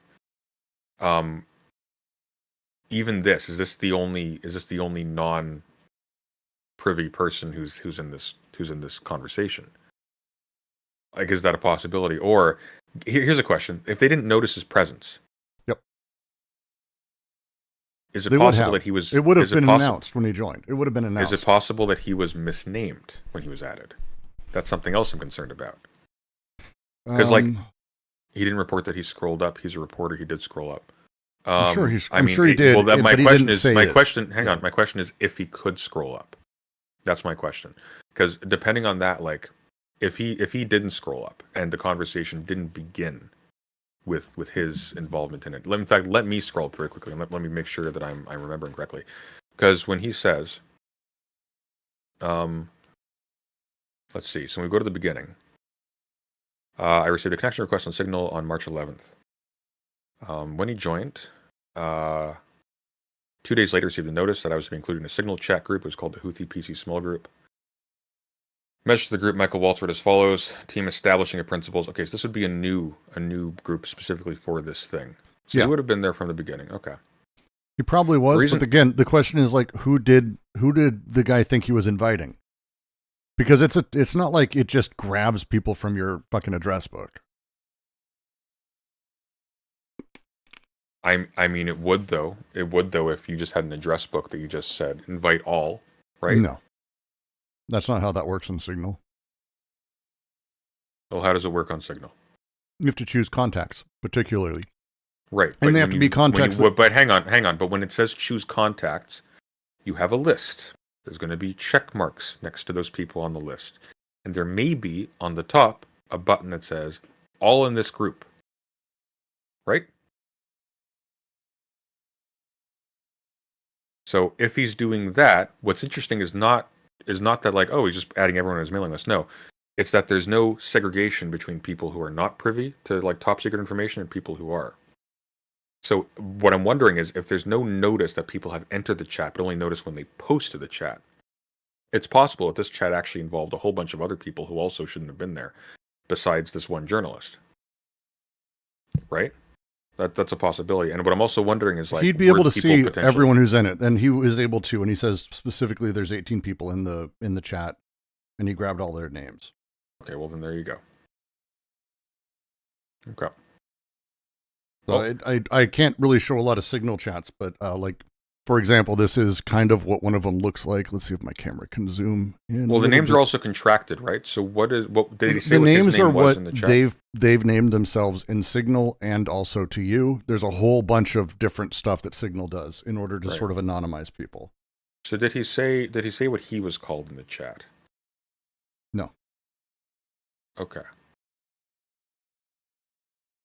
The reason why I'm asking is because one of the parts of this that concern me a little bit is because if you're choosing your own name and they don't know who they're adding to the group chat, I have to wonder, is JD Vance JD Vance? Is John Ratcliffe John Ratcliffe? No, we actually don't know. But is this still nonetheless like an actual chat in which these discussions are taking place for real, right? It could be their assistant. I mean, again, my money would be that it is. You're not hearing what I'm saying. I understand it could be an assistant or whatnot, but it could also be someone, for example, like this Atlantic journalist who decided to call himself something else, right? See what I'm saying? Like, there could actually be people taking part in these conversations and potentially influencing American foreign policy who aren't supposed to be. Yeah, but doing so under other people's names. I can tell you that everyone in that chat not only knows that Mike invited and who invited who. They have that person added. They have that person added to their contacts. They have that person in the name that was shared to the group. Like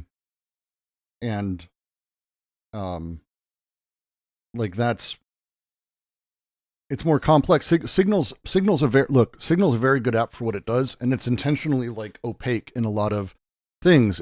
You're not meant to like know the nickname someone's using in a lot of other chats. It's not really connected to a real person. You may not actually ever be connected to someone's real phone number. So it's kind of tough to be able to say.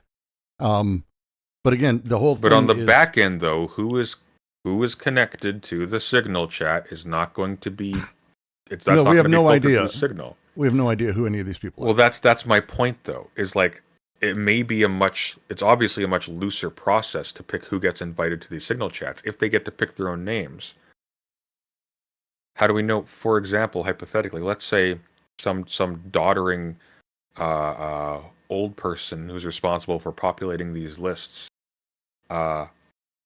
confuses names, hypothetically. We could go through adding you to Signal right now if you want to actually see how it works. Because I can look at that later, but it's not so much that there is a collating of lists. It's I create a new chat and then it shows everyone who's in my phone book who is already on Signal if they've enabled people to search for that. And then it matches that person to the name I have in there and imports them. I then create a new group chat and I go to my thing and it shows all the people in my contact list that have Signal. And then I tap on the ones that I like and the ones I want, and then it asks a confirmation for all of them, and then it creates a new group chat and shows all of the names. The thing for me, let's assume all of that. I don't think there's a good chance that the writer of this article, Jeffrey Goldberg, isn't in under his own name in someone's phone, because he's a long-term reporter in Washington politics. I wasn't saying that. I wasn't. I know you're not saying that. I'm kind of. Yeah. I'm kind of taking the next step and going, when he was added, one, that no one went, who's that? I think would be the first thing that like is stunning to me, because the presumption then is everyone who's added is supposed to be there. Don't ask questions, because as far as we know, he was never like kicked back out of the group until the. Yeah, like, but I'm not stunned by this, and I'll tell you why, for the exact reason I was bringing that up. These people don't know who's supposed to be in the group chat.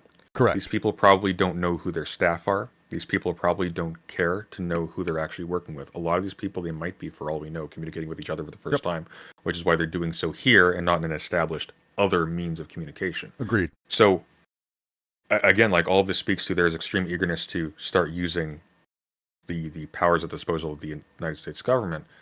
And I have to wonder, once again, if they are including people in these chats that they don't know or don't recognize the names of or don't recognize immediately they shouldn't be there.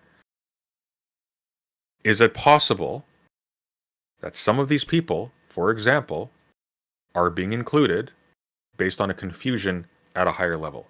Are they being invited because they've been confused for somebody else? Are they taking it on faith that people are being included correctly? And then are people, for example, being involved in these discussions, having contracted names? We're assuming they're so-and-so. But, I mean, suppose somebody like this journalist said something similar to what J.D. Vance said. Possibly. He's allowed to. He's been invited to the call. Suppose he did. And people didn't recognize because they're not doing any verification after the fact, clearly. And people are responding and discussing people's recommendations for really serious decisions in foreign policy on the basis of inclusions of people that they don't know that shouldn't be there. Right? Yeah. Yeah. And again, when we start talking about, like, because some of these names I hadn't recognized, I forgot. Susie Wiles is Trump's chief of staff, for example. Which again, how do you make the choice? Well, you just add the people you think you're supposed to. And my guess is, and we don't have it here again because I think it would give up too many names, but I'm very curious to see that sort of mass everyone added thing.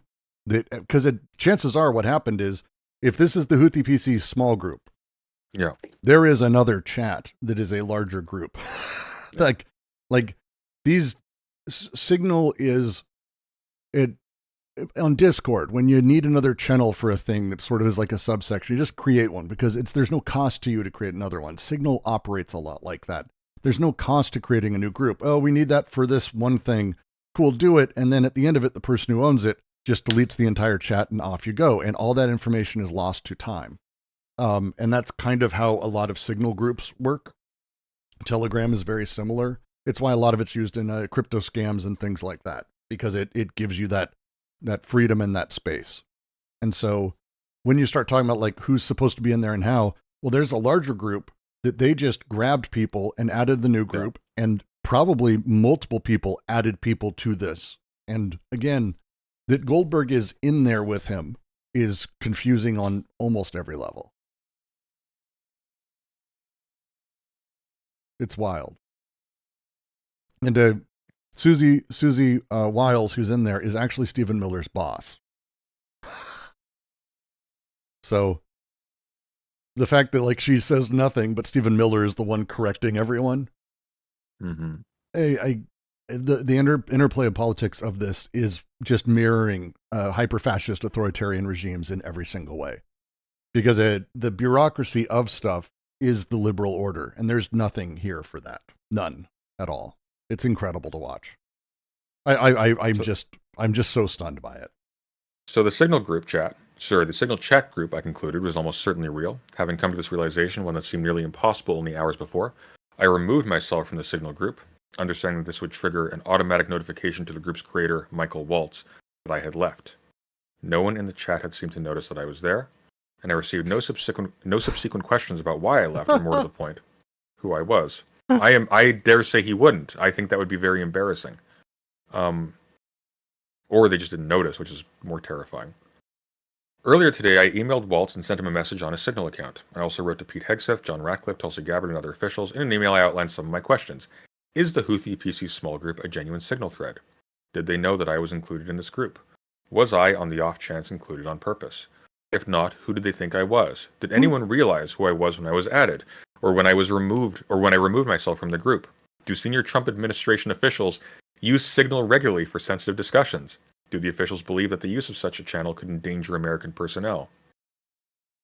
It could, very, very easily. Brian Hughes, a spokesman for the National Security Council, responded 2 hours later, confirming the veracity of the Signal group. This appears to be an authentic message chain, and we are reviewing how an inadvertent number was added to the chain. 100% he's kicking his own ass right now for not just staying in there and having someone else like, hey, we've got someone in that Signal chat and we're wondering if it's real. And like, they wouldn't have known. But you know what? Fuck, that would have been hilarious. But here's the thing, though. I think that's important, though, because he needs to signal to the administration, don't send me to prison for life. Don't send me to El Salvador.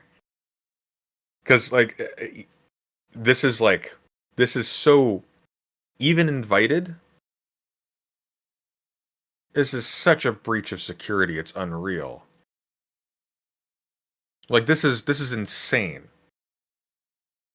Hughes wrote, the thread is a demonstration of the deep and thoughtful policy coordination between senior officials. The ongoing success of the Houthi operation demonstrates that there were no threats to troops or national security. Unquote. William Martin, a spokesperson for Vance, said that despite the impression created by the texts, this is what I was saying, the vice president is fully aligned with the president. See, I'm reading this as the VP, two other people in this group chat is like, look guys, he doesn't know what he's doing. Quote, the vice president's first priority is always making sure that the president's advisors are adequately briefing him on the substance of their internal deliberations, unquote, he said. Quote, Vice President Vance unequivocally supports his administration's foreign policy. The president and the vice president have had subsequent conversations about this matter and are in complete agreement, unquote. Shall I just finish this off? It's worth taking a second because I want to spend time on the nightmare of this, not just in terms of the FOIA Freedom of Information Act request nightmare that this will never ever be known. No one will ever actually be able to make a FOIA request for this conversation. They've all probably already left the group and it's gone. And that's it. There's no cracking this conversation. If you didn't know, that's done. Except because these aren't on government secured phones, my first thought goes to Pegasus. And not just Pegasus itself, but what Pegasus represents, which is Pegasus is malware Israel developed. They're not alone in this. They're not the only ones who do this. That literally just can do whatever it wants on any phone. It just did this for a while. And it's not alone. It's not the one thing that does this. There's other software that people are aware of. We're seeing this. But all of these phones, because they are consumer grade, all of this shit can be found by anyone or read by anyone. Because as much as Signal is secure user phone to phone, and it is, the moment the phones disconnect and delete, no other things can do that. But the information that's pulled out can be read.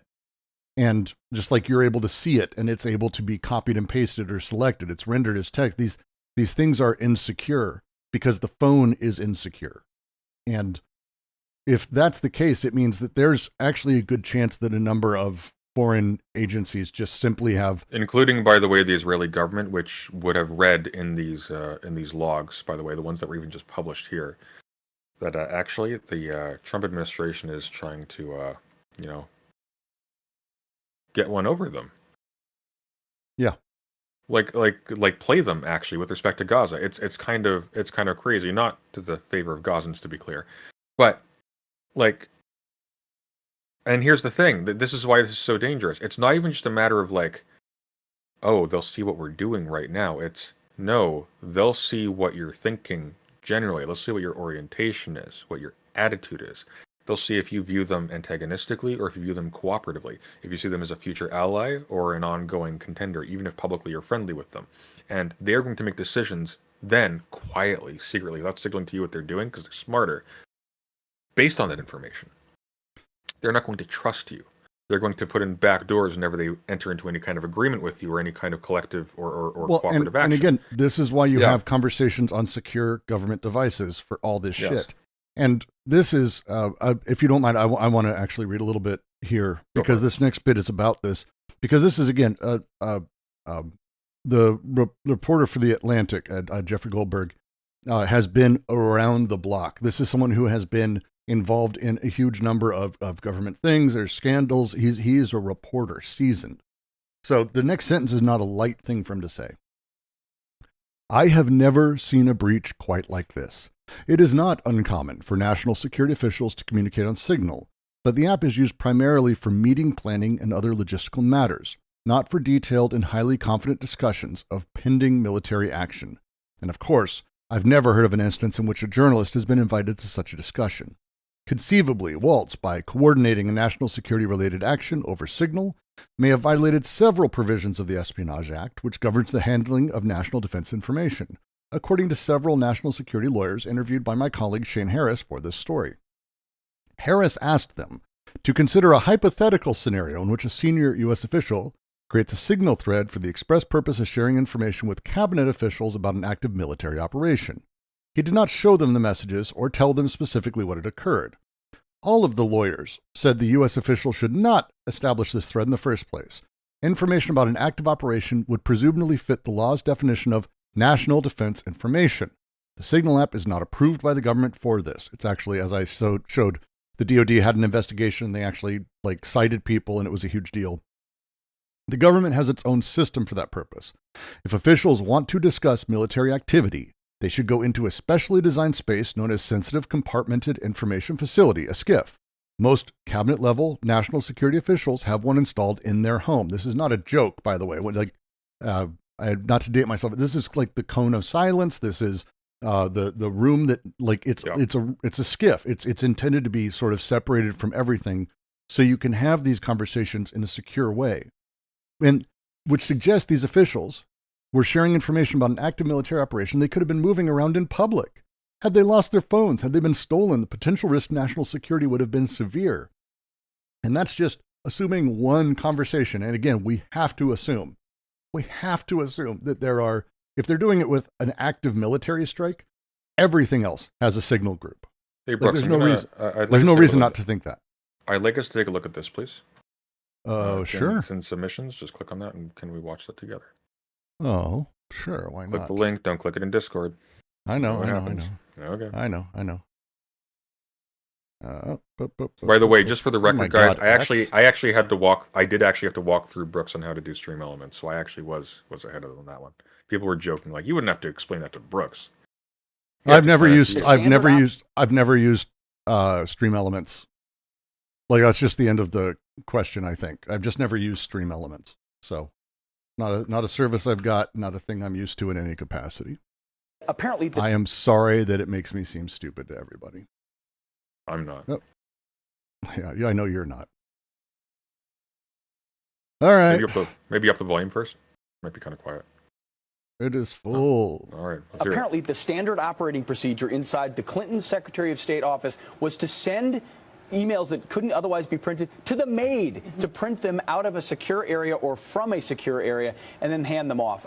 Any security professional, military, government, or other. A maid that had security clearance, by the way. He's saying maid here in a very, but it was an assistant. We know about this because, again, Republicans did a lot of investigation into this. Otherwise, would be fired on the spot for this type of conduct and criminally prosecuted for being so reckless with this kind of information. The fact that she wouldn't be held accountable for this. Yeah, this is actual head Secretary of Defense. So. This is the guy who was in that leaked. I think blows the mind of anyone who's held our nation's secrets dear, who's had a top secret clearance like I have and others, who know that even one hiccup causes a problem, let alone a standard. But to be fair, at this point, I think, was he still an alcoholic and rapist? because I'm pretty sure he was doing that actively. Was he an alcoholic already? Was he drunk during this? Him too. I'm trying to remember if he was drunk during this. Difficult. He drank. He enjoyed himself. Mr. Hegseth did. He's got his scotch somewhere, I'm sure. Oh, right. Forgot about that. Got his scotch somewhere.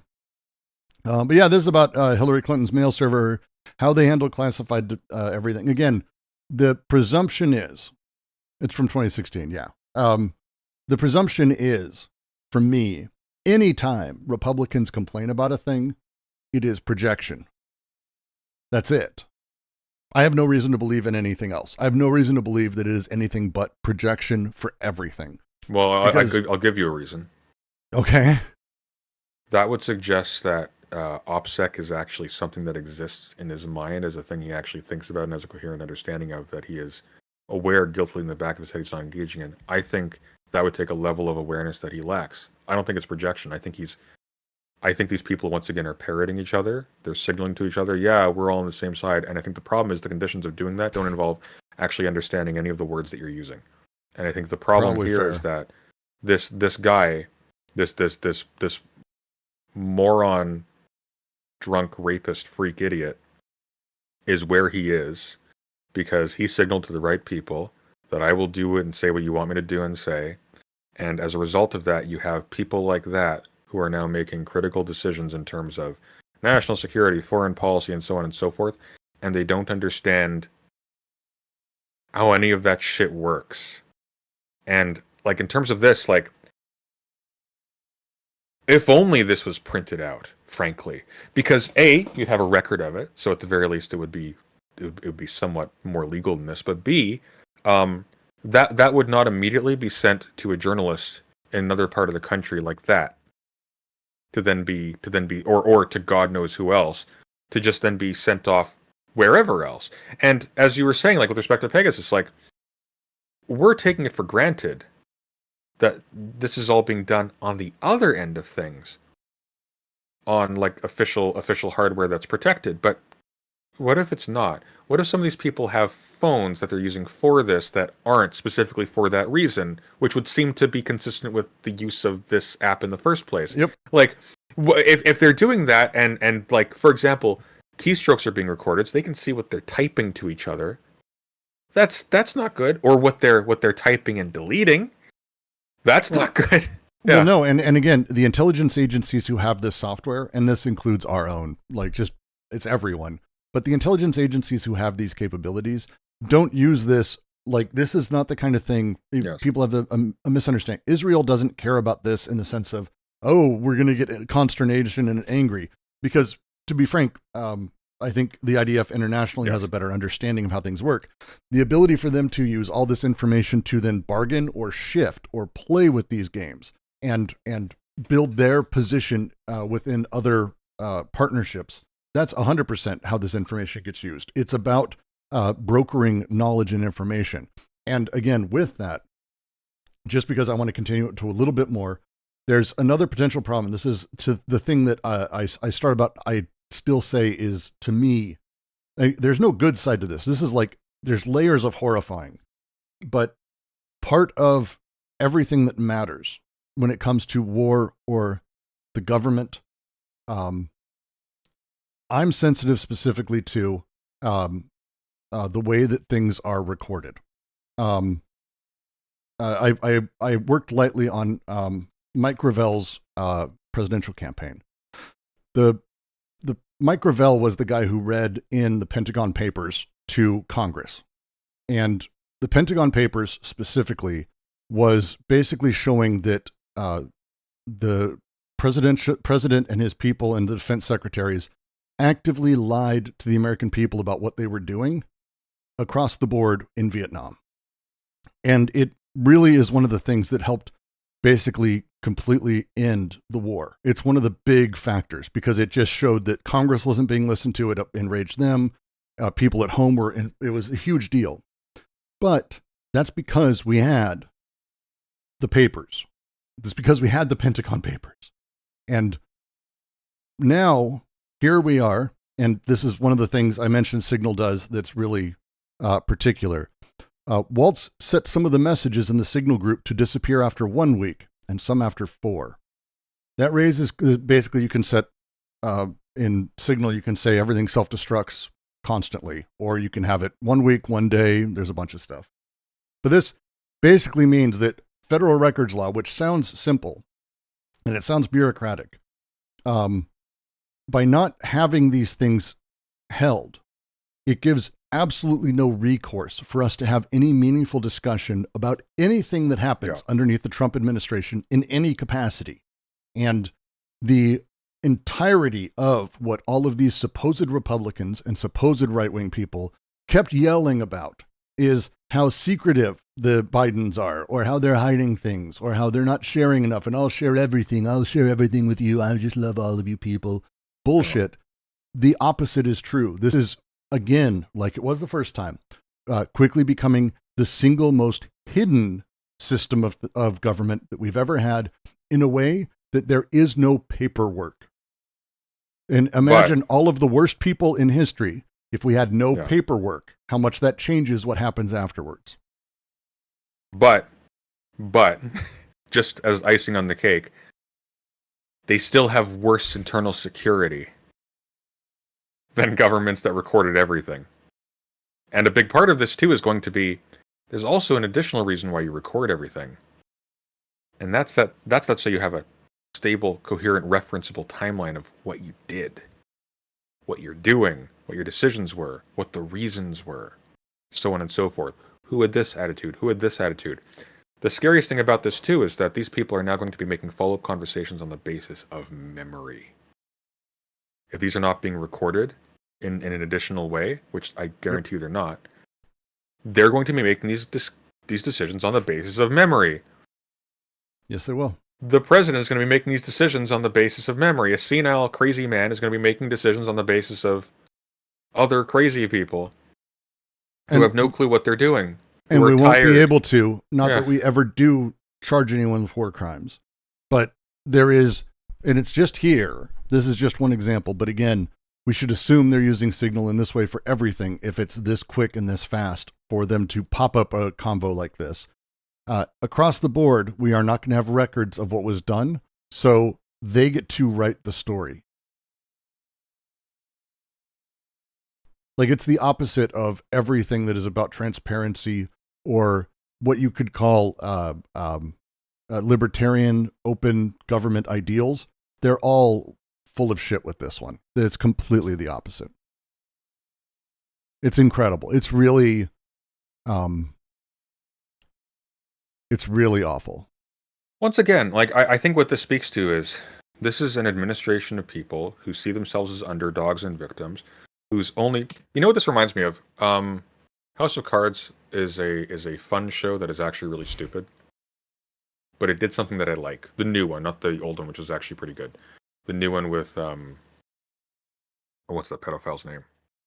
Shit. He's not actually. He wasn't convicted, and don't. Yeah. No. Kevin Spacey. Not a real thing. Kevin Spacey. Was that actually confirmed to be not a real thing? I mean, because I recall very distinctly his initial response to it was to say he was coming out as a homosexual male, right? He denied it and came out as a homosexual. Again, I'm not big on the drama thing generally, but this one is kind of, he's not, again, calling him that is, one, it doesn't even fit the thing, like as a thing. Doesn't even fit the claim. But yeah, please continue. It's Kevin Spacey. Okay. The one with Kevin Spacey, I'm going to actually fucking look this up now after this, which I don't like. The one with Kevin Spacey, the first 2 seasons are you're watching this brilliant strategist just maneuver his way right into the White House. And at the end, he pounds the desk, and it's like, yeah. He does all these cool little maneuvers. He like does these like these cynical speeches he doesn't believe in. You see him like monologuing to himself about how he's successfully tricking everybody. That's season 1 and 2.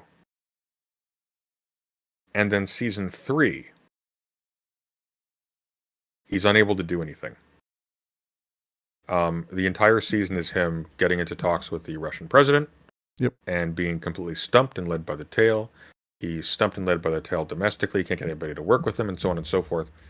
And a major part of that is that that skill set to maneuver yourself in a hidden backrooms game of just a popularity contest, essentially, doesn't translate over to actually managing things. And I think it's what we're kind of seeing here. These are people who fundamentally never thought that they would be in this position, or never thought of themselves as in this position. They thought of themselves as people who were against the current administration. And now that they're really hard to use military power and to make executive decisions that have wide-reaching consequences. And they're talking about it like they're excited, like it's a kid with a new toy. But they don't know how to do the thing where you get along with people you don't like and you let things continue that make you feel uncomfortable because you recognize that, hey, there's a massive, delicate balance of things. And if you pull a needle out from any point, something falls in to fill the space and the whole structure reshapes. And there's no concept of that. Like at all. There's no concept of that on demonstration here. They don't understand how security works. Why? Because they think security means only the in people are invited. Well, and that's the last line of the paragraph, the whole story, because he talks through sort of the definitions of leaks, but it's that last bit, and I love the way he ends it. All along, members of the Signal Group were aware of the need for secrecy in Operation Security. In his text detailing aspects of the forthcoming attack on Houthi targets, Hegseth wrote to the group, which at the time included me, quote, "We are currently clean on OPSEC," which is like, for someone who is not part of the operation to see we are clean on OPSEC is basically kind of art. Like, as far as it goes, it's basically art.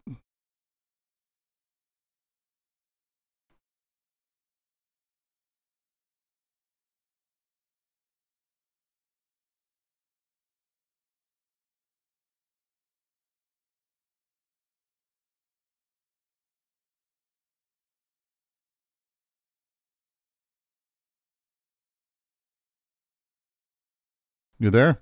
I am. I'm just reading.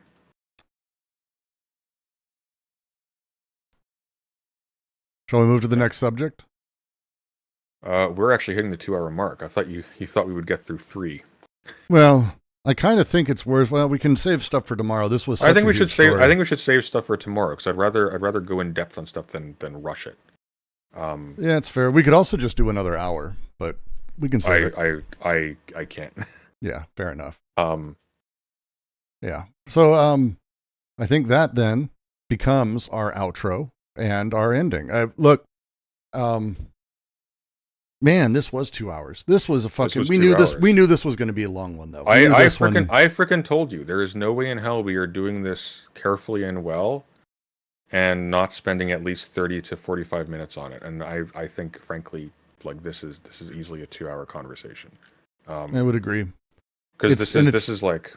And it has layers and layers when you start talking about the hacking of phones and Pegasus on top of it, because everyone who's in defense, like people who are in business, by the way, I know people in business who won't discuss business matters on phones that they've traveled to certain countries with. Like they have burners and phones that they travel and use specifically in those countries because the way that spyware and malware and other things get installed, like it's not. This is a thing people know. And for these guys to be doing this at this level and inviting people at this style it's mind-blowing to me. And you know what I'd be interested to look into very quickly before we head off. I want to see what the response has been from Trump sympathetic media and channels to this. What has the discussion been like, or have they just ignored it? My suspicion is they just ignored it, but generally speaking, I'm going to say they just ignored it, but I'm also not going to live search on these people. Let's find out. Let's find out. See. Houthi or probably Yemen signal.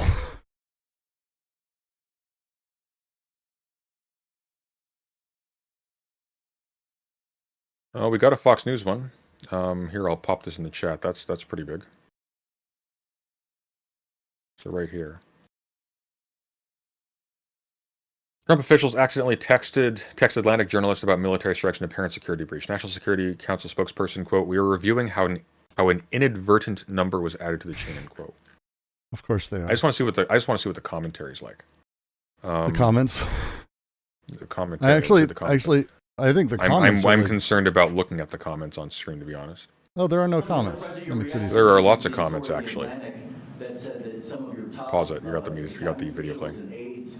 Yeah, no, I was watching it. Oh, I already know. This is where he went. The Atlantic's trash. No one reads it anymore. I don't care. I haven't heard about that. That's his response. Already. Wait, actually? Hang on. Well, yeah. Let's hear it. Hang on. Very sensitive material through Signal and included in Atlantic report. Here's Senator Bittler. I don't know anything about it. I'm not a big fan of the Atlantic. To me, it's a magazine that's going out of business. I think it's not much of a magazine. Not anymore. It's not. Nothing about it. You're saying that they had what?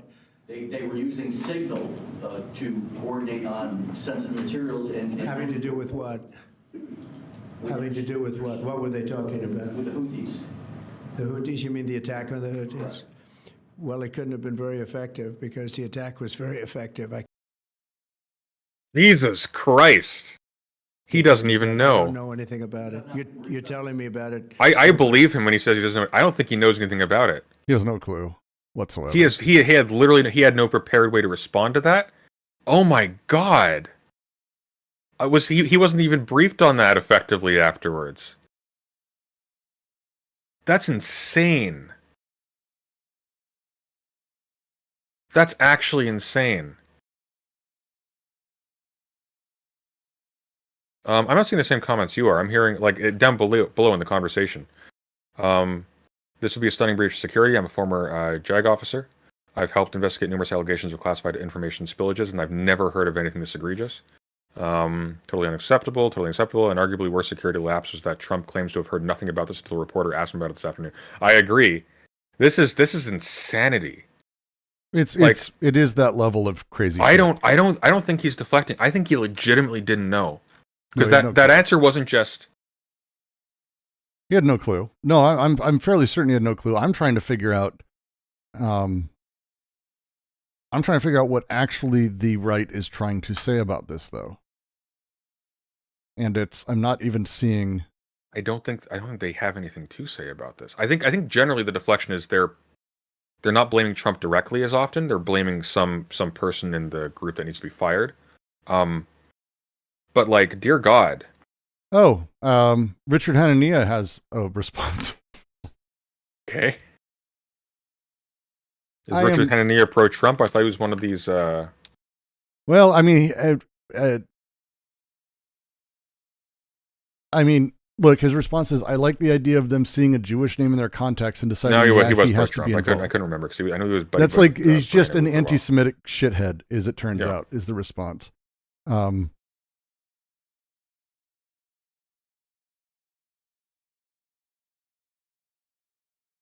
I don't even understand, like, some of these, like, they're not even trying, as far as I can tell, to really defend it.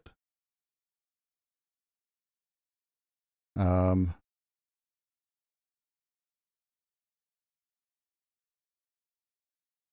they're going after Hegseth. They're going after Hegseth and Waltz. That's what they're doing. The hard right. They're blaming them for doing this and making Trump look bad. And other anti-Semitic stuff because they added a guy who. And you know what? Can I be honest with you? I'm happy with that outcome, and I'll tell you why. The more individuals in Trump's inner circle are unhappy being in Trump's inner circle, the happier I am. I want the instability. I want the instability between these people to be at maximum. Oh no, it's significant for sure. Yeah. I'm with you. Yeah. But goddamn. Yeah. Goddamn. All right.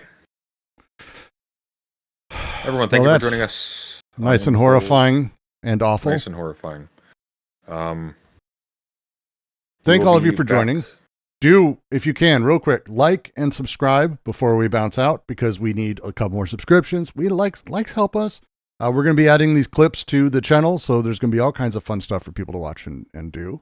That'll be nice and easy. And then tomorrow we'll be back. I want to make sure we do talk about, my favorite irony to psychotic story, which is the Native Americans aren't citizens anymore thing. Oh yes.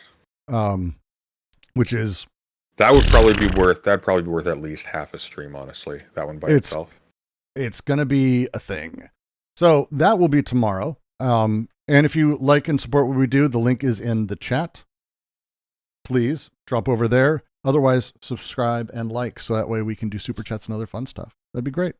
Yeah, we are. What are we at currently? We are at nearing 800 from what I saw. We are 5 away from 800. So if we literally just need at this point. We're set. 205. Yeah. We are only 205 subscribers away from being able to monetize chat. So if you haven't subscribed already, please subscribe, hit the bell. We're going to be here every day, every weekday, 2 p.m. to 4 p.m. This is the new political show. My channel's still going, the QC's still going. But still doing political show theory stuff. We're just news and politics here because it's otherwise it interferes with theory. It interferes with theory. We'll dip in occasionally because we can't help it, but it interferes. We're gonna try to stay. Yeah. With that, have a good night, everyone. See you all later. See you tomorrow.